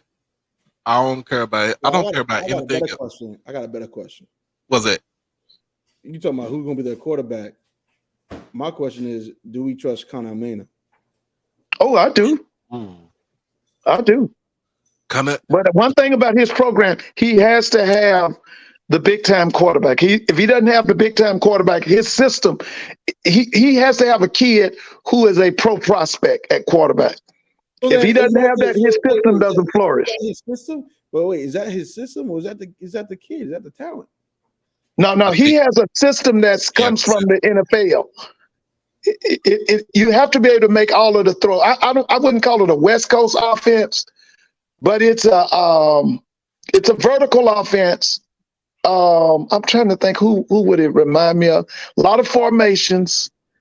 The Akil Glass kid ran it to perfection, man. It used to remind me of The Greatest Show on Turf. Yeah. But if he gets that kind of a quarterback, yeah, I think they're going. Now I still say the defense. I think Bullway. I don't know what he has down there on defense, but I know that in order for his offense to click, he has to have a big time quarterback. Now I'm still this kid he got from the University of Buffalo. Anybody seen any film on him? I've seen film on him when he was at Buffalo, but I'm saying, has anybody seen anything on him since he's been at A&M? He's supposed to be a big kid, about 6'4". What is it, Doc? 6'4", 6'5"? I think about 6'4". And I think they say he got a strong arm, but like in Cornell's offensive system, it's not just about having a strong arm. You got to be able to think. You got to be a field general, smart guy, and that's what Akil Glass was. We talking about an engineering major, smart guy. Was originally supposed to go to Missouri. The coach at Missouri was fired. That's how Alabama A&M ended up with him. Then the next games we got Norfolk State this weekend. That's a big one. Talk about a entirely new team. Huh? Yeah, that's a biggie. That's a biggie. I just my thing about this, and I kept saying this. I hope Dawson Odoms has gotten over all the dissension and the kids that's say up and leaving out of the program. I hope he got that remedy, because if he don't, then it's going to be a long year for him. And they won't let him do. They won't let him do it half the year. They won't let him do it half the year. He's got to win. Some people. Somebody said that he has a long contract with Norfolk. But my thing is, if you do not win, because you're going into this is your third season, and they're looking at you. Yeah. They're looking at you to be what you did for Southern for 8 years. Right. Yeah. And if he Well, would not you got know, ran out of Southern, because I still say this, he got ran out of Southern. They wanted to go a different route, and I'm like, okay, well, they didn't you, respect him. they His didn't respect. problem was he couldn't get by Jay Hobson. Okay, that's what really burnt them up because you're talking about Southern 7 to 8,000 students. Alcorn's got about 3,000 students. Yep. Southern's a city school. Alcorn's is in the rural, and that burnt them up. And he was winning while he was at Southern. He did well in the Bayou Classic, but like I said, Jay Hobson owned him, and then Fred came along, and then he couldn't beat Fred. He couldn't beat Fred. And see, you can't, Southern's like Florida A&M. They're very impatient people. They feel that because of who they are, they're supposed to dominate. Right. Okay, and to me, he had a great tenure at Southern. But let me just go back to present day Norfolk. I said this earlier, and I want to say this again. Norfolk State is in a position where they're supposed to be winning in football, men and women basketball, baseball, and track and field. They close. They should be, huh? They close. I mean, women's basketball. Oof. Oh yeah, but now the only thing is, now don't you remember one time Norfolk every year? Not every year, but every time the Olympics came along, they would either have a girl or a male in the Olympics. They got to get back to that. Yeah. Same thing with Florida A&M. See, all my life, when they would have the Olympics, Florida A&M was always represented. Tennessee State was always represented. Southern University, always represented. Grambling, always represented. Texas Southern, we got to get back to that. And Norfolk, like I told y'all earlier, with the geographical location of Norfolk, they can recruit the North.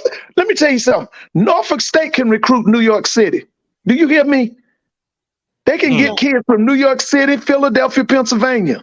He's not lying. So when they had the Invesco QQQ basketball classic, the Michael B. Jordan classic.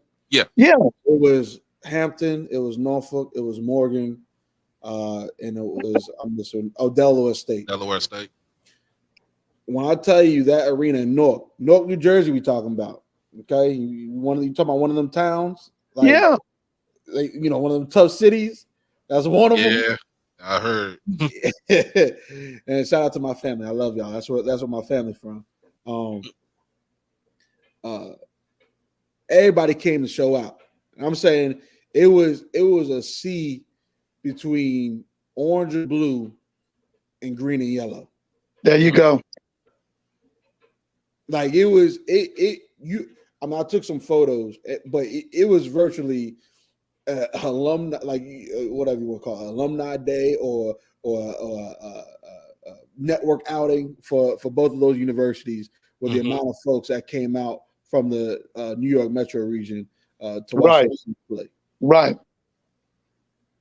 Man, you remember the big center for he was Norfolk. He helped them beat Missouri. Kyle O'Quinn. Wasn't he a New Yorker? I can't remember if he was a New Yorker. Wasn't he a New Yorker? I thought he's from New York. I know he played for the Knicks. I don't know if he was. I don't know if he's from New York as well. Doc, put his name in there. See if I think that guy's from New York. I'm about to look at it now. I think he's from New York. Kyle O'Quinn. I think he's from. He went to Norfolk. Yeah. Where's his home? Jamaica, Queens. I told you. Okay. That's what I'm talking about.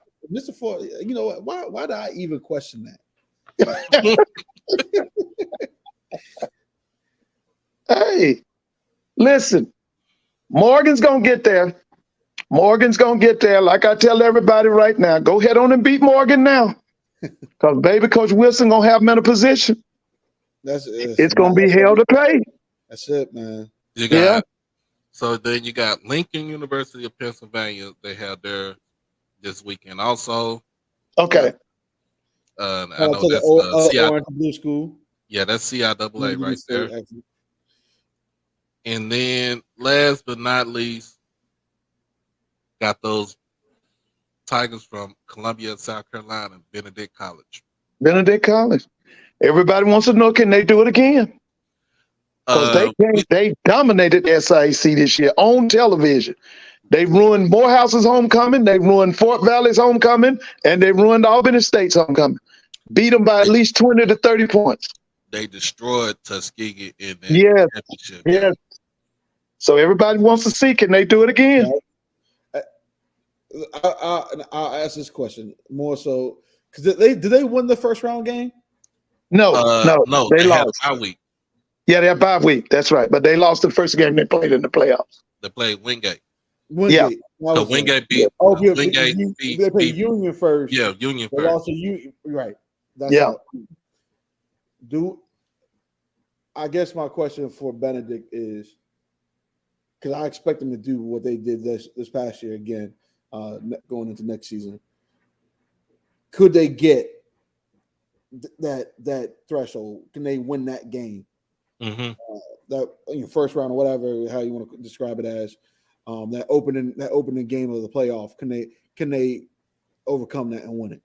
That's got to be their next goal. They lost OC to the NFL, I think.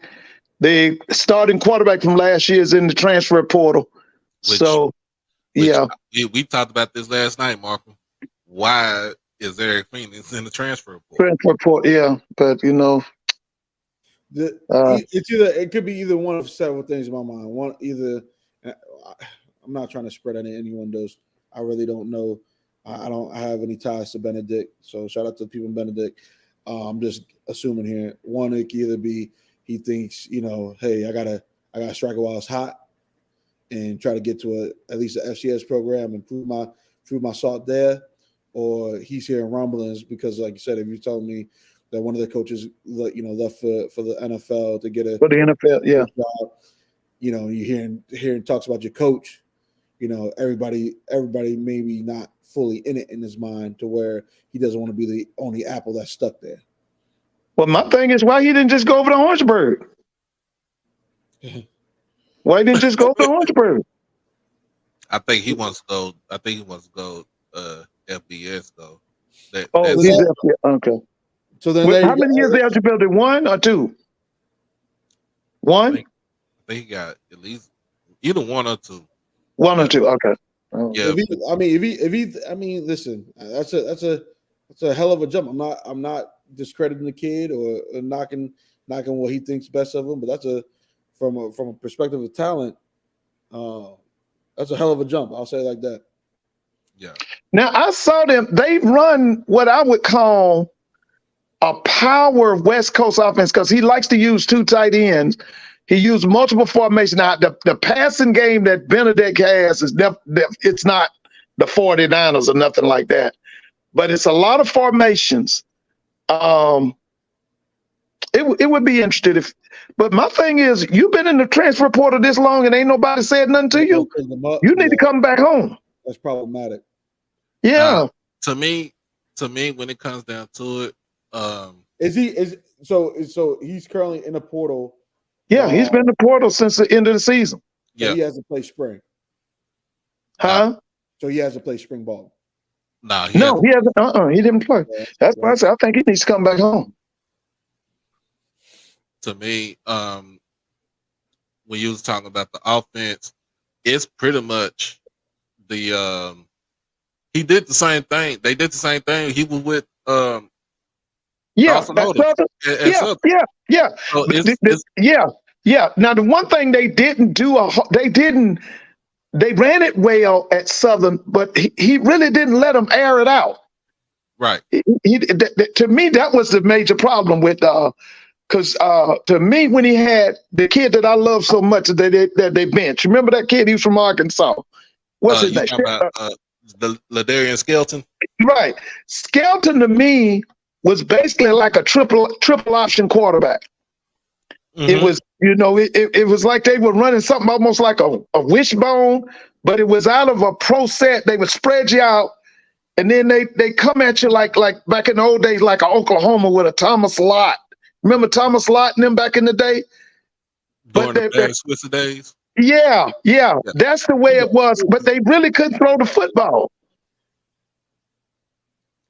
Yeah. And I thought that's what kind of hurt Odoms when he was at Southern. Other than that, I'm gonna be honest with you. I was a Dawson Odoms fan. I thought that they had an edge, that had a concentration and a focus that nobody could touch. But I'm just gonna be honest with you. You know, a lot of people get mad with me about this, and I tell people this all the time. They can say what they want. That white boy down at Alcorn was the truth. Now that Jay Hobson, listen, I tuned into him because I said I want to see if they gave him that job just because he was white. And let me tell you something. That man was a champion, man. I watched him. He didn't care about skin. Unapologetic. I love it. I love it. Yeah, that man could coach, man. When he left, it wasn't about the skin color. It wasn't about that dude was a champion, man. That guy came here to Atlanta. Like I said, when they met up here in Atlanta in the Celebration Bowl, North Carolina A&T had 13,000 students. Norfolk had about 3,000, right? He gave A&T all they could handle, baby. You hear me? It came down to the last play at the goal line. That's A&T had to stop him at the goal line. So I'm just telling you now, they got mad with Dawson Odoms because he couldn't beat Jay Hobson. But Jay Hobson was something else, man. And then Fred came in, and Fred was a mess too now. Fred is Fred a good guy, man. Fred know what he's doing. For sure. Yeah. For sure. That's why I keep telling y'all now, go ahead on and beat Coach Wilson now. Because in the foreseeable future, if you don't get him next year, you can forget it. You can forget it. We just buying out. We wait until that brother John Henry down at 1801 Fayetteville Street, graduate. That's Superman, you know what I'm saying? Super black man, if you will. Yeah. He gets matriculated about it, gets his degree and goes to the pros because we know our time is coming soon. It's coming. It's coming. Like I always tell people, you know me now, Doc, you not go back and look at the history first. If they did it, listen, they did it for many, many years. They did it on a math teacher. I think his name was Coach Hurst. Coach and then Hurt. They brought in a cat from That's what hurt. That's right. And then they brought in a cat from Chicago, Earl Banks, wasn't it? Wasn't it Earl Banks? Yeah, Coach Earl Banks, yes, sir. Coach Earl Banks, baby. And they dominated. They dominated for many years. For 50, so Coach Hurt came, I think, in 1929, back when our rivals was Bluefield State, which I couldn't believe that was the case. But and you just called out, Doc. You just called out one of the big time teams back in that day was Lincoln University. Lincoln gave you a guy named Jazz Bird. Jazz Bird at that time. It was Jazz Bird at this was in the 20s. Jazz Bird was at Lincoln. Tuskegee had a guy named Ben Stevenson. He looked like Herschel Walker. And they were the two top black athletes in HBCU football.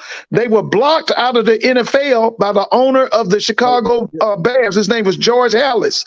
For about 30 years, he did all he could to keep black players out of the NFL. Well, that was because of at the time it was the Boston Redskins, then became the Washington Redskins. George Marshall. He told him that we'll leave the league, which was going to hurt the league. And Hallis, who was the commissioner, also the owner of the Bears, said, that's right. We don't want no smoke. We want y'all to be in here, so so Hallis brought him to discrimination. But with that being said, our first coach that Mr. Ford keeps talking about, Coach Hurt. I really don't even want to bring this up because I know somebody's going to make this up. He's actually a product of that school in DC. Oh, no. And the tides, the tides, I should say, of us actually winning flipped when he left that school in DC and came to Morgan. Came up to Morgan State, and it was a 40-year period between him and Coach Banks. Howard never won a game. Yeah. Now, let me just say this, and everybody's forgotten this, but from the 20s, 30s, 40s, I think they discontinued in the 50s. The biggest Thanksgiving Day game in black college football for many years was in Washington, D.C., and it was Lincoln against Howard.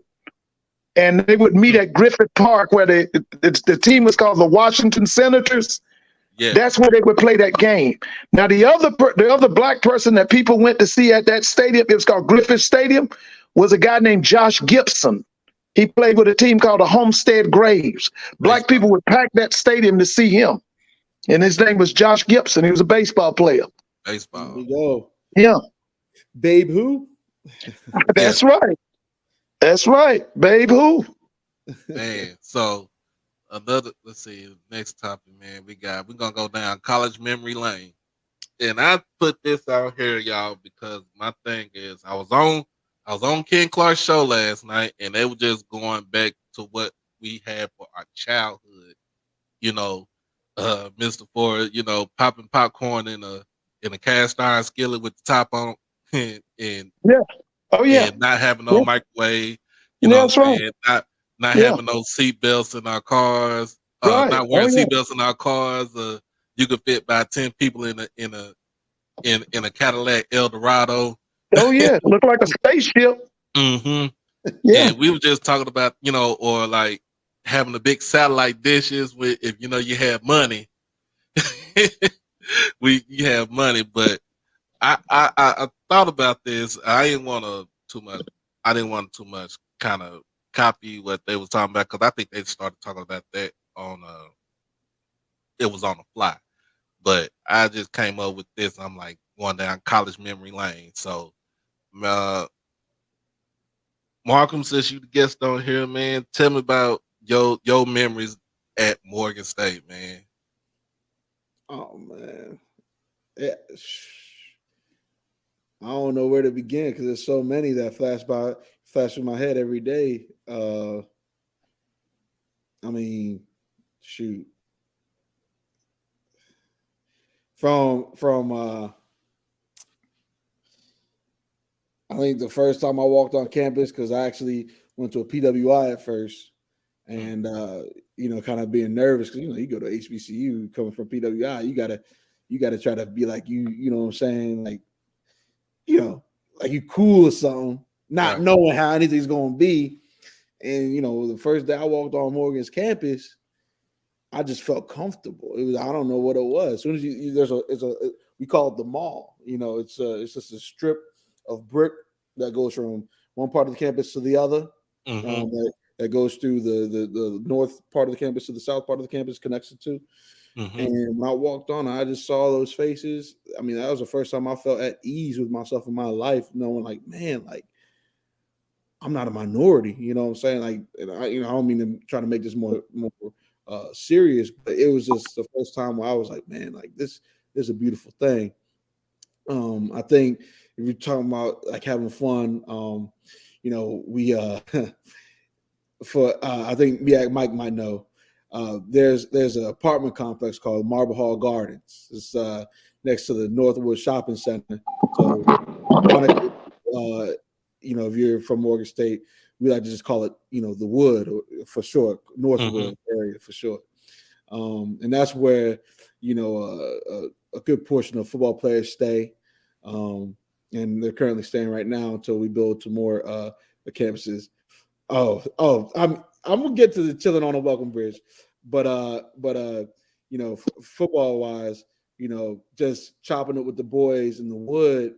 We would bring out the tables when we were supposed to, where the RAs they kind of be lax with our quad, and we would bring out the chairs, bring out the tables from our apartments, and we'd be playing dominoes and cooking on a grill and just chatting up, and we'd be laughing and joking, have a good time. Before you know it, you thought it was like Def Jam comedy hour there, or like I said, me and Mike's talking about being on a Welcome Bridge and just chilling, and what I'm saying, watching just everybody walk by, and on a beautiful Baltimore day, what I'm saying, seeing the lovely views, like it's, if you know what I mean, you know what I mean. So there's plenty of things. I mean, between that and now, the function of homecoming, where the campus is just a complete situation. You talking about 50, well, now it's getting to the realm of 50, 60,000 folks on campus. And, good trying to park now, you actually got to park like 2 miles out. And we talking about I know city how streets. that feels. I Right. know We how. talking about, it's one thing when you just got a big lot, you got to park, but we talking about city streets. So now you got to walk through city streets 2 miles away trying to get to the campus. And it's just as soon as you get there, just complete, kind of organized chaos. And it's a complete vibe and between the oh, and then the constant debate, because actually, ironically, even though we're from Baltimore, half the damn school is actually from the DC metro region. Mm, So the constant rivalry between Baltimore club music at a party versus go-go. right. Oh my God. Oh my goodness.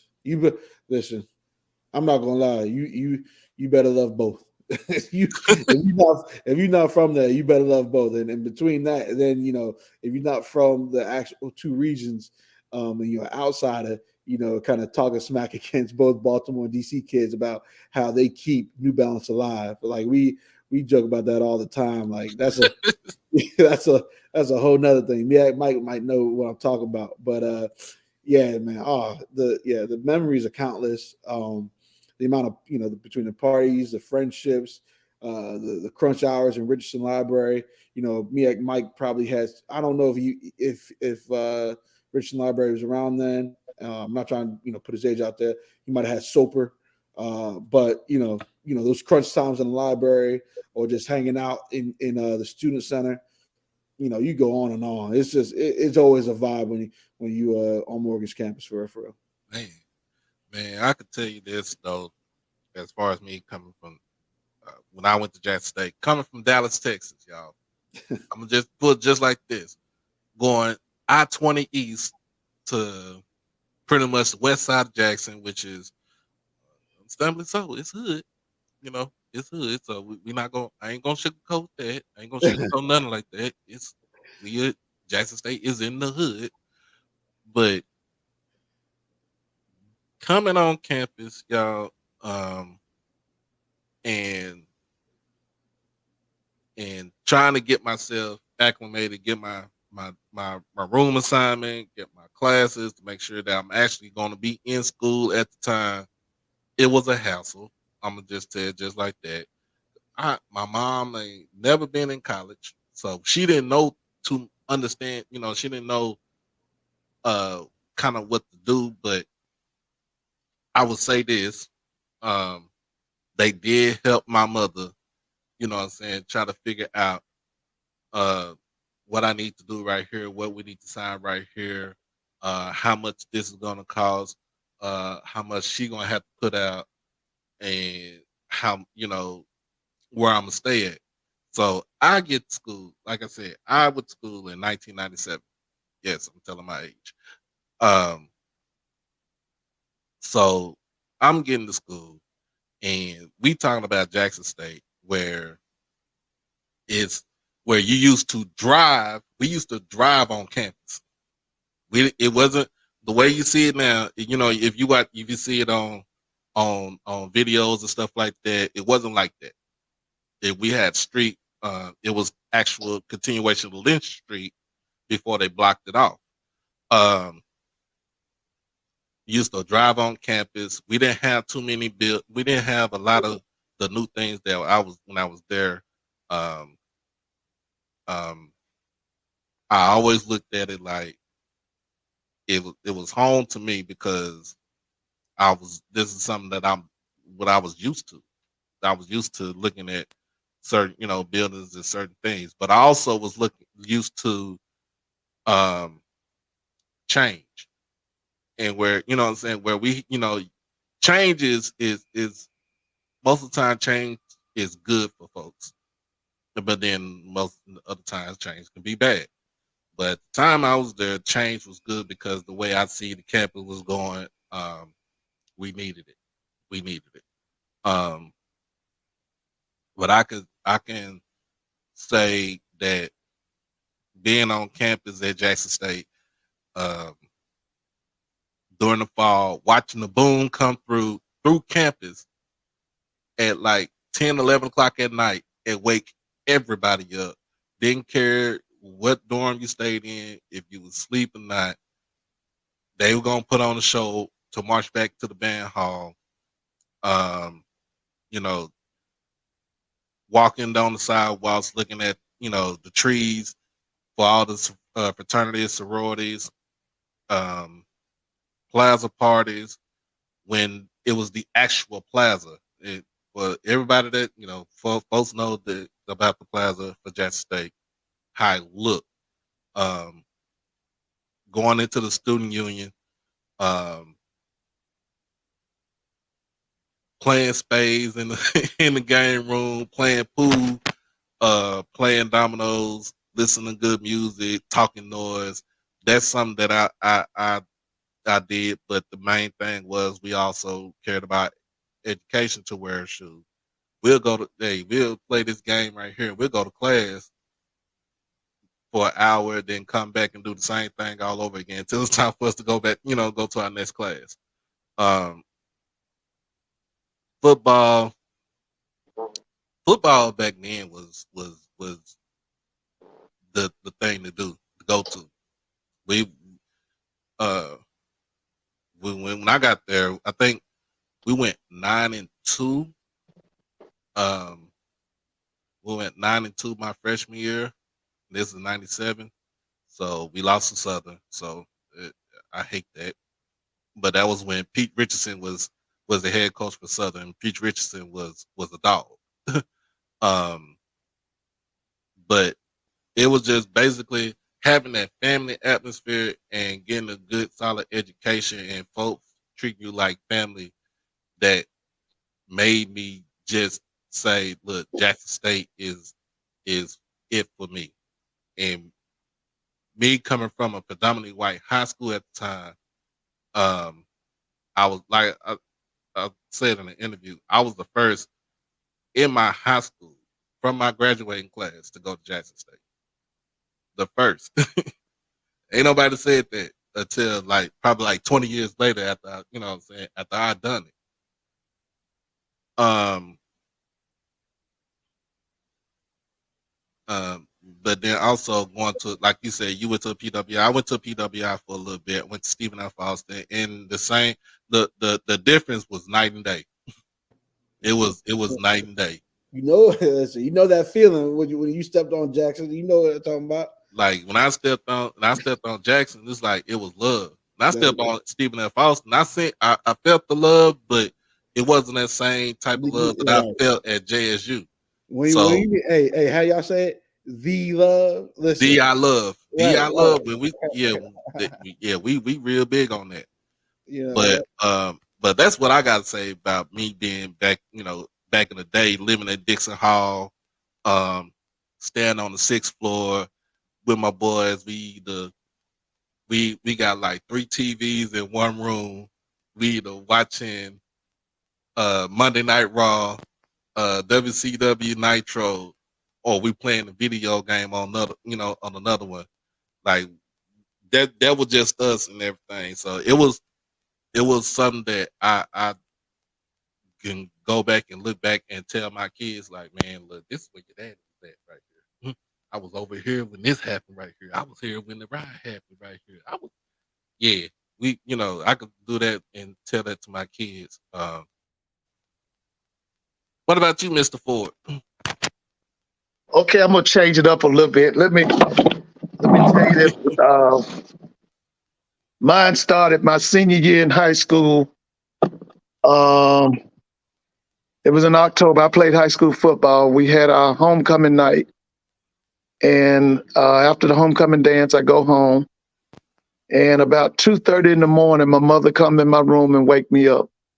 And she said, "Pack up your clothes. We're going to Nashville." I'm like, "Nashville?" She said, "Yeah, we're going to see Tennessee State and Florida A&M." I can't even tell you what my mind was like. So we leave about 3:30 in the morning, going up Interstate 75. We come through Atlanta. I think once we got into Tennessee, we get off of 75 and get on 24. Yeah. And we riding through Nashville. And the first thing that tripped me out It was a skyscraper in Nashville, and it lit up, and it said TSU. Hmm. All right. So they drop us off. My best friend, he was a freshman that year. That was 77. My parents dropped me and his brother off. We stayed with him at the dormitory, and my parents and his parents went and got them a hotel room. So we got up that morning, and he said we got to go get tickets because it could be a sellout. So then he tells me that the game's not going to be on the campus of Tennessee State. It's going to be at Vanderbilt. Both teams were 6-0. Head coach for Florida A&M was Rudy Hubbard. He had a defensive mastermind that you know, Doc. His name was Fred Goldsmith. He was defense coordinator. He had a defense that nobody in HBCU could run on. And then Tennessee State had a big-time freshman quarterback. He was 6'4", 6'5". I think he was from Gulfport, Mississippi. They called him Joe 747 Adams.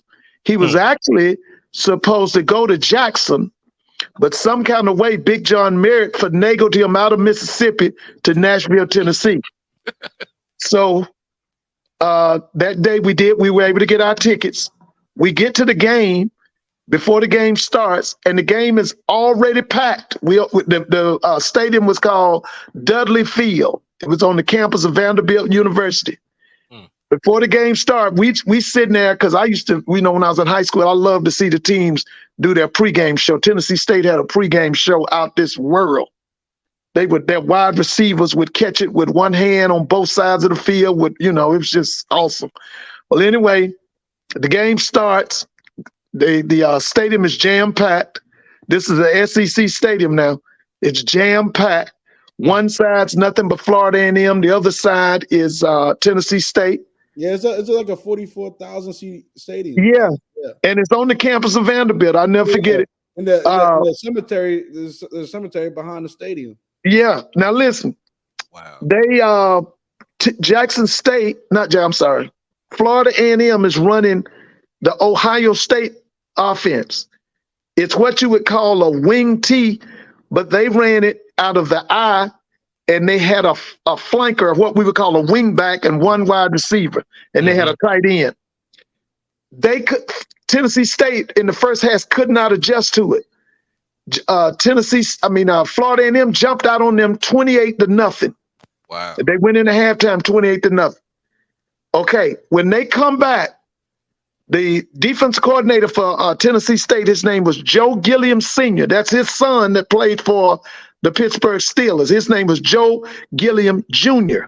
Yep. Well, his daddy was a defensive mastermind for many, many years, and eventually becomes the head coach of Tennessee State. His name was Joe Gilliam Sr. He makes the adjustments. Okay. On the other side, Tennessee State unleashes that offense. It was a pro style offense. One wide receiver was from New Orleans. They called him Boot Nine.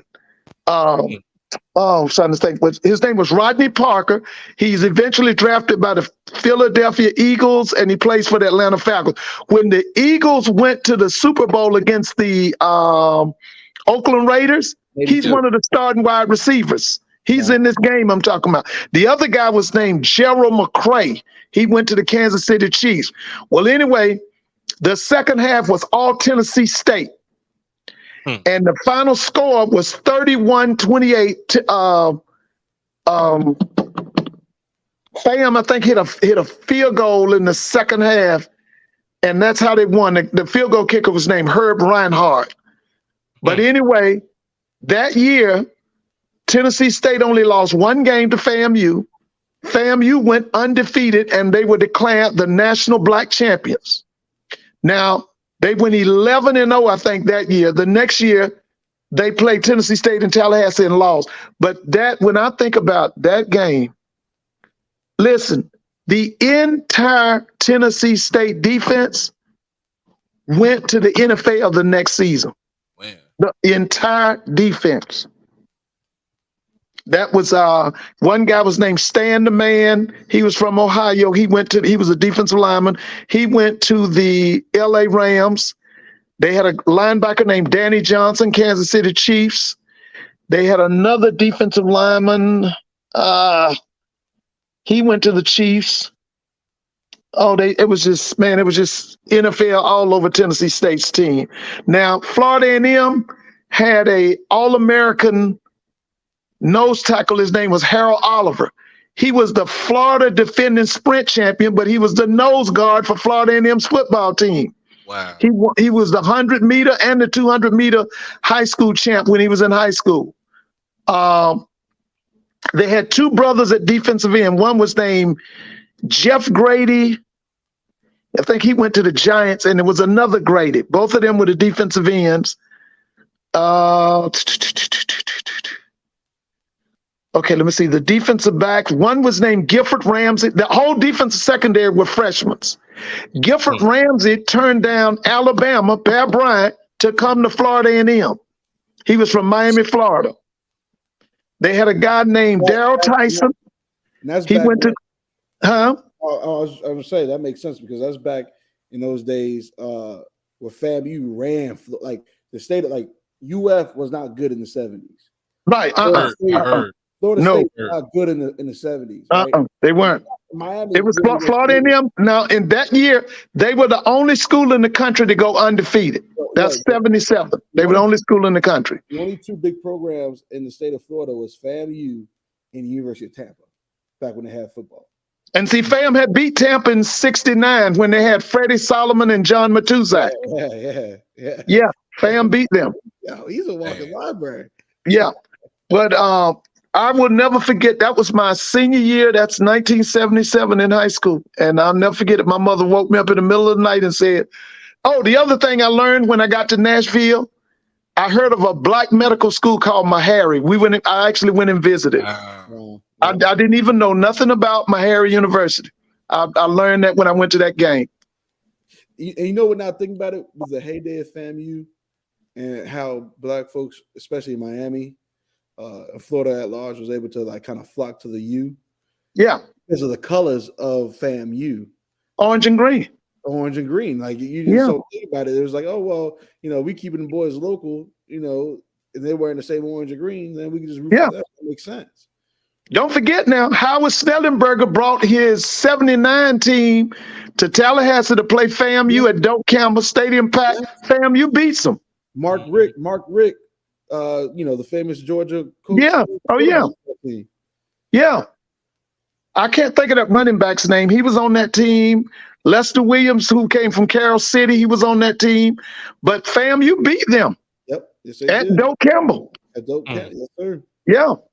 Man. They had a quarterback from Tallahassee named Sammy Knight, I think it was, because the guy who had been the big time winner, Albert Chester, he had graduated because he graduated after they won the 1AA championship in '78. But they had the defensive mastermind. His name was Fred Goldsmith. He leaves FAMU after they in '78. I think he either went to Air Force or Arkansas. He got his head coaching job at Rice, and his last big time head coaching job was at Duke University. But he was he was a defense coordinator at Florida A&M. Man, that's all good right there.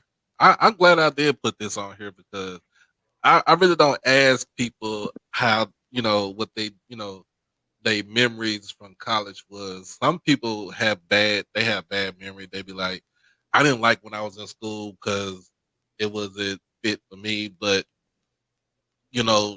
my aunt always told me, Prairie View alum, she always said, choose the school that fits you the most. Yeah. Choose the school that sits well in your heart the most. My aunt tried to get me to go to Prairie View. And we talking about at the time, I'm talking about when Prairie View was 0 and 80. Oh yeah, I remember that. Yeah.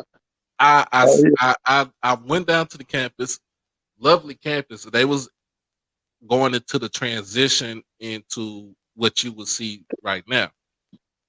I told her I politely declined because I want to go to a school where when football season comes, I won't be so pissed off going back to the dorm that we didn't lost by 40 some points.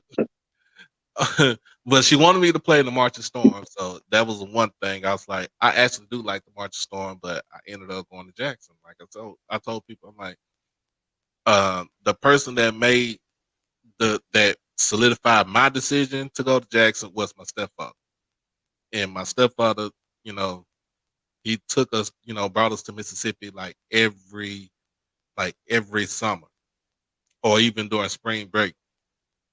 So we go to Brookhaven, Mississippi, and we just be with his family, and then we be in Jackson and stuff. And this is where we used to take the trip out with Chicago. So we drive to Chicago and stuff. I'm like, man. But that's where I know about Memphis, St. Louis, Chicago, Mississippi, Louisiana. It was good for me to actually to go to Jackson because I think if I would have stayed home, like to go to Prairie View, I think I would not got too much anything done. I probably would be in Houston. I probably would be in Houston, which is a number 45 minutes from Prairie View. I probably would have been in Houston, not doing too much of anything. And it was at the height of we had the Capitol Beach party in Galveston, which I used to make my annual trip down there and started in 1999. You said pilgrimage. You mean you should make your pilgrimage down there? Oh yeah. Oh yeah. It was so And crazy. Doc, when I was at Gremlin, we went to Galveston. We would go to Houston first, and then we would go over to Galveston. Yeah, man. And it's like, look, being on that seawall is like it's none but black. It's none but black folks. Because I'm gonna tell you that like this: if people don't know, Galveston is a black town. Yeah. It's a black city. It's the home of Jack Johnson, isn't it? It's Jack Johnson, and Jack it's also the place where the Emancipation Proclamation. Oh, Juneteenth. Yep. Yeah, and it's the birthplace of Juneteenth. So, I know about Texas because half my teammates under the Hill era were recruited from Texas, from the Beaumont, Port Arthur. Oh yeah, right. Yeah. We got the triangle right there. Yeah. You went to Memorial, Port Arthur Memorial, Westbrook. I missed a couple. Yeah, Orange County, Texas. Like I know about that. I know about that area. I know about that Southeast Texas. Man, but like just going, like I said, going to Galveston, and it was crazy too because I have on my stepdad's side, like my aunt, his sister stays in Galveston, so it was easy for me to actually get a room because she worked at one of the hotels on the seawall. Mm-hmm. So it was easy for me if I went to the Kappa. It was easy for me to get to the room. Like, hey, Pearl, I need a room. How much do I need to pay? Don't worry about it. I run it on my tab. Cool. I'm bringing about a couple of friends with me. She's like, yeah, you can bring them. Just don't mess up the room. just don't trash the room up. All right. So it was cool. It was cool enough. The only knock I had about going down to Galveston, y'all, is when that time comes, everybody's trying to get on the island. Oh, we on 45. You stuck on the bridge where it's over a causeway. It's nothing but freaking water up under you. Yeah, and you stuck on the bridge, but everybody's bumping some type of music from where they from. Of course, I grew up in the not Swisher House. Yeah, I did grow up Swisher House, but in the Screwed Up Click era, DJ Screw, art, rest in peace to him. Yeah. But I also grew up where I listened to a lot of Chicago music because I went to Jackson. A lot of dudes that people I knew, they from Chicago. Listen to a lot of Memphis music. Listen to, New Orleans, the bounce music. Like I had a whole plethora. So when we driving down there, and I had a whole album of music for all of us, to listen to. So it was fun. And like I said, man, look, I'm just a kid from Dallas. I'm just a kid from Dallas that had an opportunity to actually go to an HBCU because HBCU is running my family. Yes, sir. And did you rock the what y'all boys got down there in Dallas? Shag? Nah. Nah, I tell people, look, so I was on an interview with First Letter. Put it on something, right? And so I told him, he asked me if I about the Shag. I said, no, I ain't never watched Shag. I had a Nino Brown fade haircut, the box where he had it like this, and then yeah, I had that. Had the Bishop Tupac from the Juice. Had that haircut. Had the Kid and Play, but nah, no So you Shag. use various forms of either low or high top fades. Yep, that was just me. I can't see it now with you in the dreads, but like That's just me though. But like back in the day, back in the late 80s, early 90s, yeah, that's all me right there. wow, man, that's crazy. And then the last subject is, like we said, Mr. Ford, we were gonna talk Uh, about this. Uh Tennessee representative expelled for doing his damn job. oh yeah. So we talking about the Democratic representative from Nashville, Justin Johnson, who is also what I heard is I think he's a Fisk graduate. Mm. Okay. So he was on stage and his words, he was like, "So you're gonna expel me, but you keep a child molester in, you know what I'm saying, in office. You keep Right. a person that has done way worse than I have done. You keep him in office. You keep a person that, quote unquote, pissed in the chair on the house floor, and you keep him in office. You have you have um So he you was do calling more. out every level of hypocrisy. Yeah, he called out every level of hypocrisy, and I was like, I love it.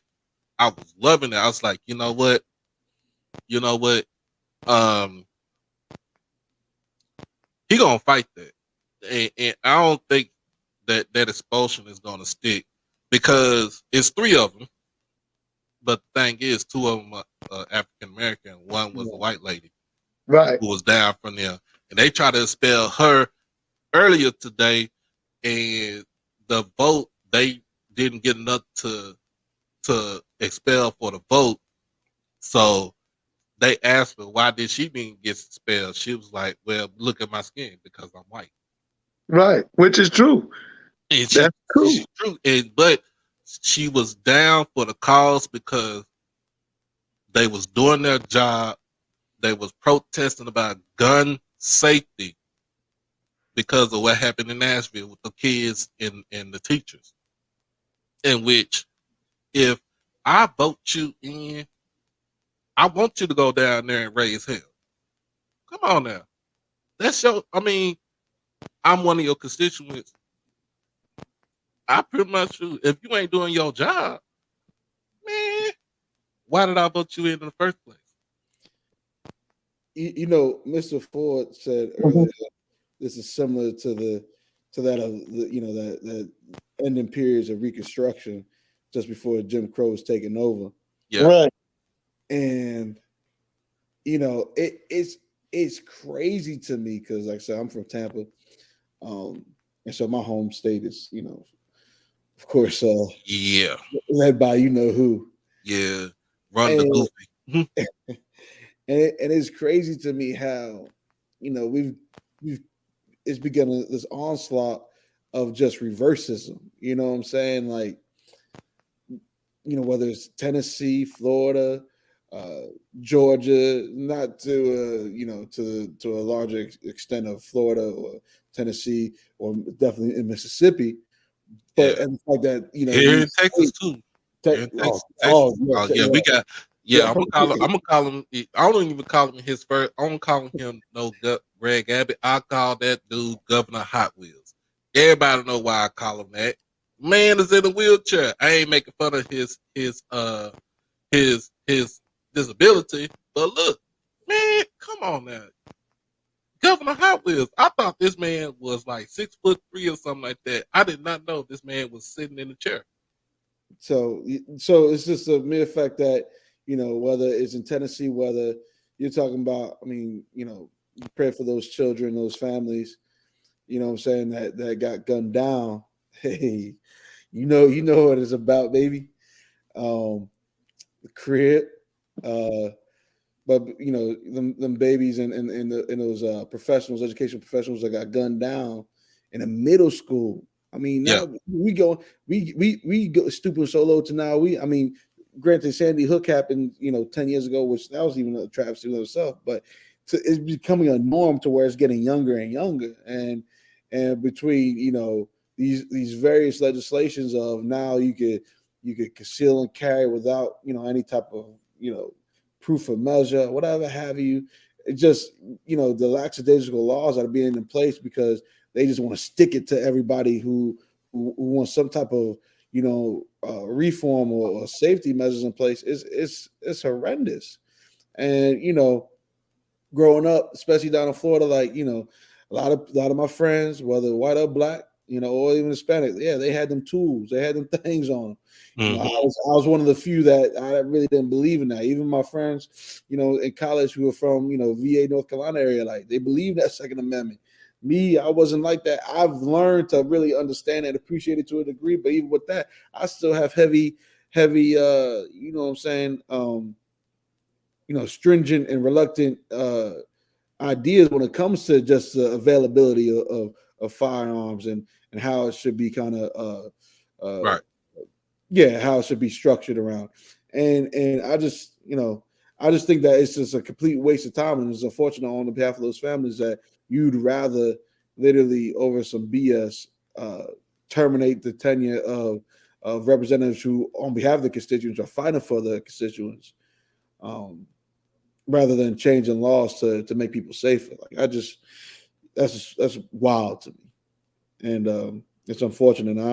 And I don't 2024 is coming soon, y'all. Yep. Yep. It's coming down the pipeline.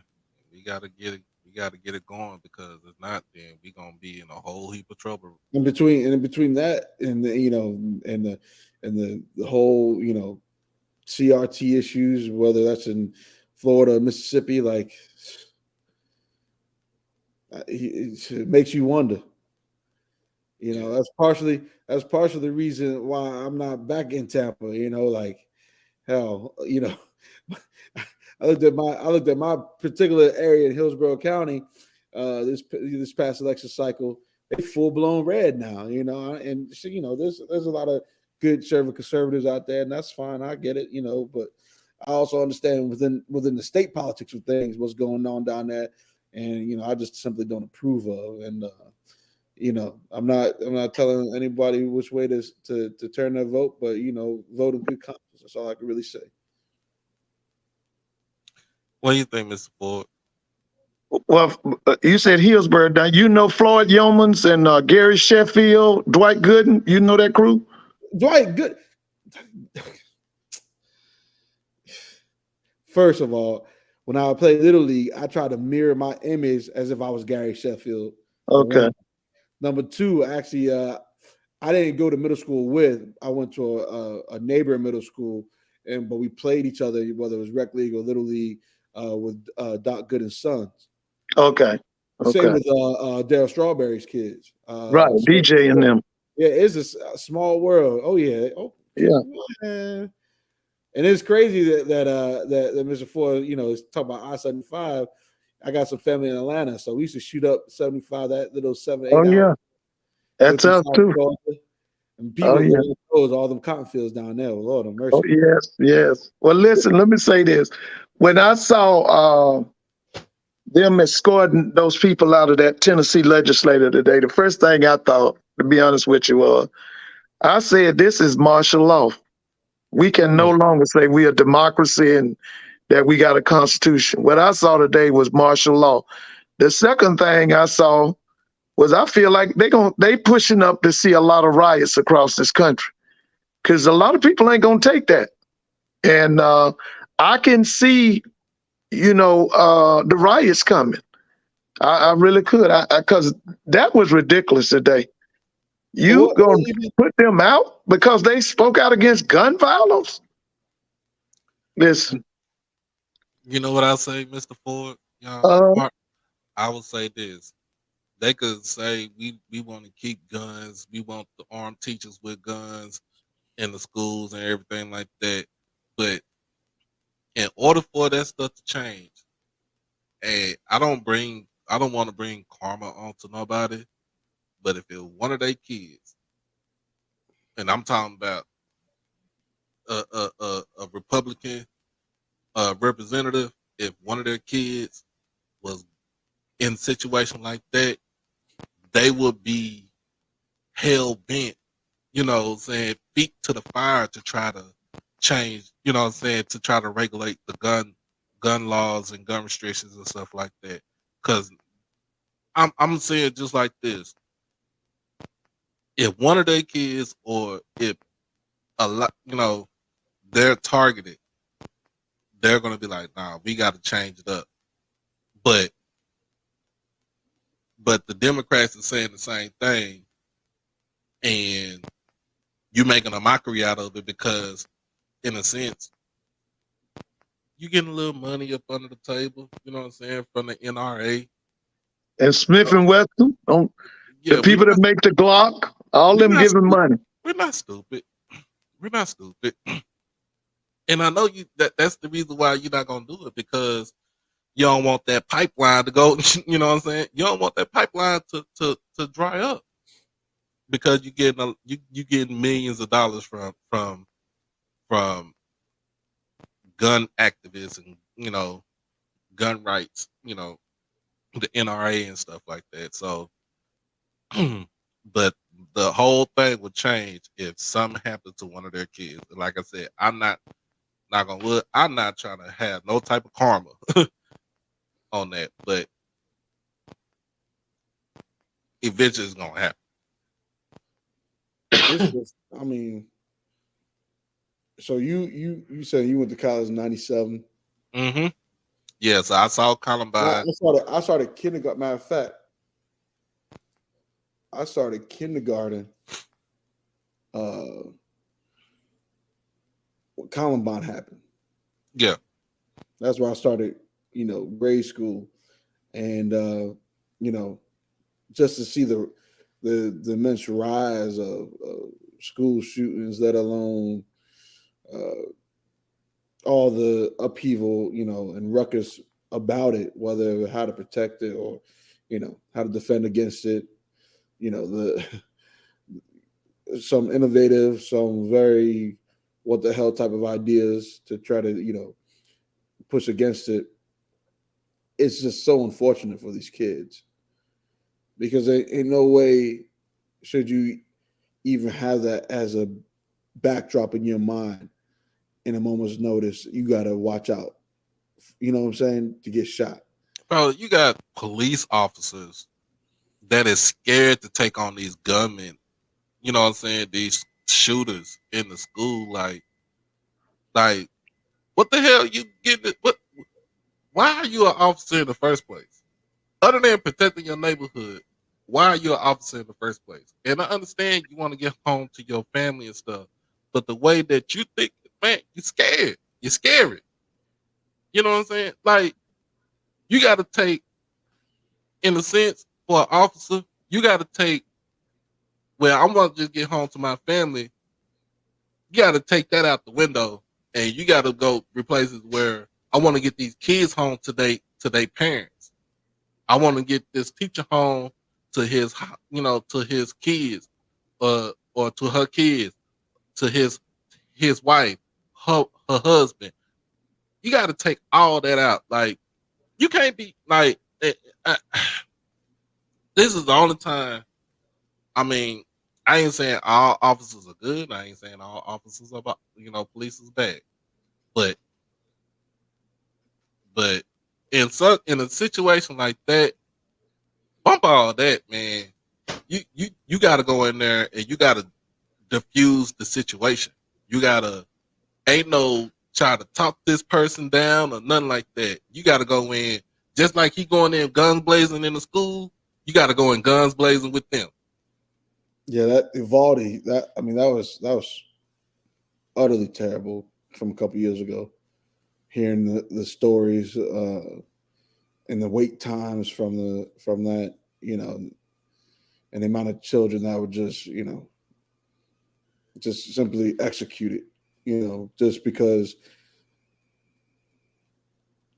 cops didn't want to go in. And like you said, not all cops are bad. That everyone knows that, but it it's also it's also even terrifying in the sense of the fact that you need cops in schools because it also sends the wrong. I don't want to say it sends the wrong message, but I'll say it like this. I feel like, you know, with the lack of uh, shootings, if you will, day to day wise, Mm-hmm. they need things to do in between time, which then tends to lend more possible expulsions or suspensions, especially towards students of color, Yeah. and that's harmful also within of itself. Because now, if you're a student of color, you don't feel safe around, or you don't feel, that you could trust, the officers that you're supposed to be entrusted with. So the whole situation, at the fact that now we're just saying it's okay to have guns in school all the time, whether it's for protection or for attack, it's scary to me. And but most likely those the ones that's got expelled, they'll be up for reelection. They'll be reelected because um they got they basically are doing the job that their constituents want them to do, is to gun control. Wait, is that within the state constitution? If you get expelled, can you? Yeah, but it's see, there's one of those loopholes. Because they got expelled because what it was is that it was it was young people, Gen X, I think either Gen X or Gen Z, the millennials. Those kids was at the state capitol, and they made a ruckus. They made a ruckus, and those three went in. They was there in solidarity. They were The protest was not, it was not violent. It wasn't um, anything bad about it. They just aired them out because of the simple fact that they call people to the floor. Like, we got to do something about gun control. Um, so this wasn't an insurrection, and this wasn't anything like that. That's what those Republicans want them to think, that it was an insurrection. No, it was not an insurrection. It was basically a peaceful protest at the state capitol about gun control. Those three went down there to join those kids down there, um, because this is what's killing them. It got mentally ill people with the right to um, get guns, get access to a gun, to assault rifles and stuff like that, to go to these schools and shoot the schools up. That's why they was down there. And if that was the case, I would be down there with them protest, because you got to think. I got kids. And if something happened at my kid's school, best believe me and the missus going down there. And the missus, I'll probably be upset, but I'm gonna be cool, calm, and collected. But the missus, oh no, she ready for action. She she gonna be she, she gonna be super active. Yeah, yeah, I know a lady just like that. She gonna be super, when she's super active. It ain't no way to turn that off. You know what I'm saying? You gotta get her out of the situation and calm her down. But ain't no way turning off that super active right there, when it's in that heat of the moment. But I would raise hell too. I'll be down there raising hell. You know what I'm saying? I'll get kids water, food, whatever, whatever I need to do to make sure that this protest is successful and the word gets out. But it's crazy because um it wasn't nothing felonious and nothing like that. And after they done, they dispersed. They all left. Everybody went their separate ways. But we talking about live in these deep red states is just I don't know. The leadership is just goofy as hell. Like super goofy. You just hope that just you kind of hope that immigration in the sense of internal immigration from whether it's from the western and northern cities keeps happening, and you can kind of just outnumber you know the local populations and vote them out Mm-hmm. and new ideas. Yep. Man, but I'm glad we had this talk right here because it needed to be said. I had this on my agenda. I was thinking about it and I was like, nah, I'm gonna talk about this tonight, man. But I thank you for coming on, man. I Markham, tell appreciate it. everybody where they can find you at, bro. Yeah, you can find me on Facebook, Markham Banks. If you want to follow me, I'll follow back. You can find me on IG, Big Money Banks One, and on Twitter, uh, Big Money Banks _ Uh, and like I said, uh, Doc alluded to earlier, on every Wednesday, 10 p.m. Eastern time during the spring, 9 p.m. in the fall. We have HBCU Nightly with the host of Josh Sims, um, and the crew. Doc's also on there, and we chat everything football.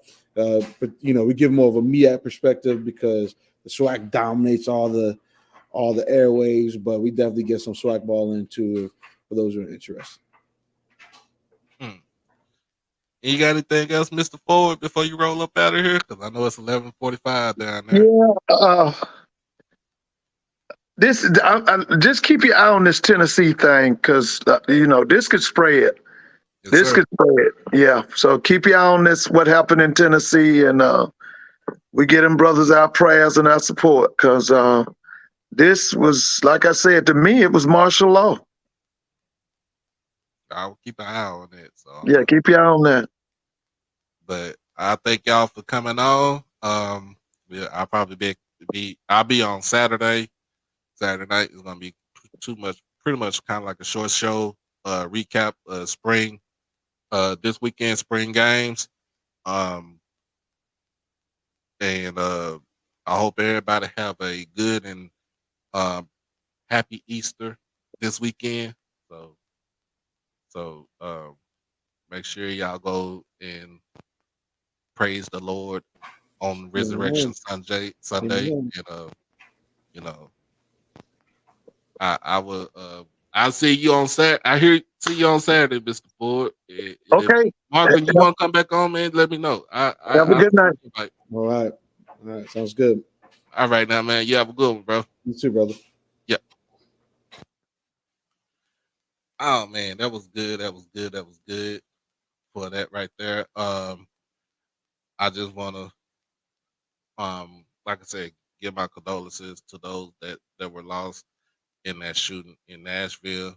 Um, and then I'm gonna give my my prayers to the reps that were expelled from the Tennessee House of Representatives. Uh, we just got to do better.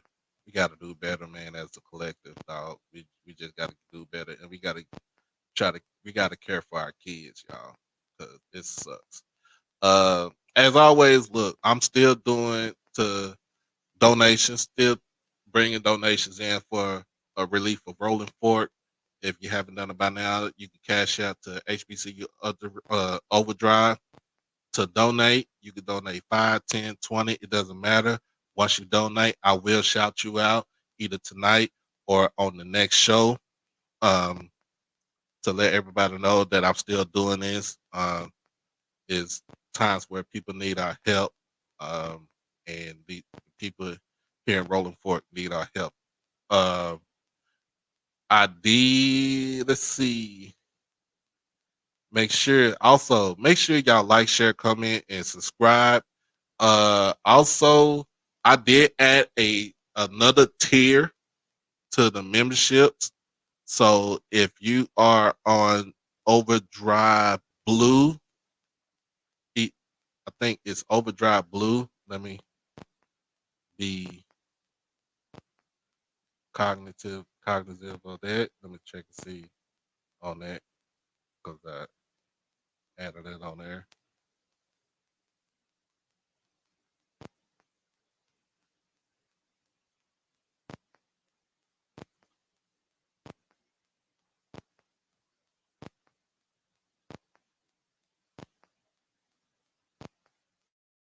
There we go. All right. And thanks for those that rejoin on the membership. I thank y'all, man. Still got bills to pay with, for the channel. Um,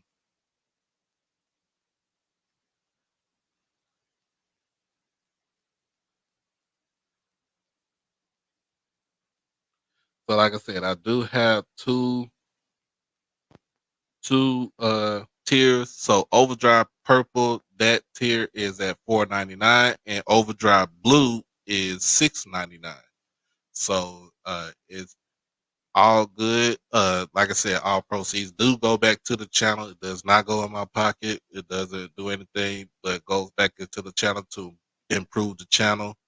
But you will get all the members perks, and I'm starting to try to get some more things as far as um, as far as uh giving out some sort of reward or like a giveaway prizes and stuff like that. So this is where the money goes for. So that way we could do that, get all those perks and stuff like that.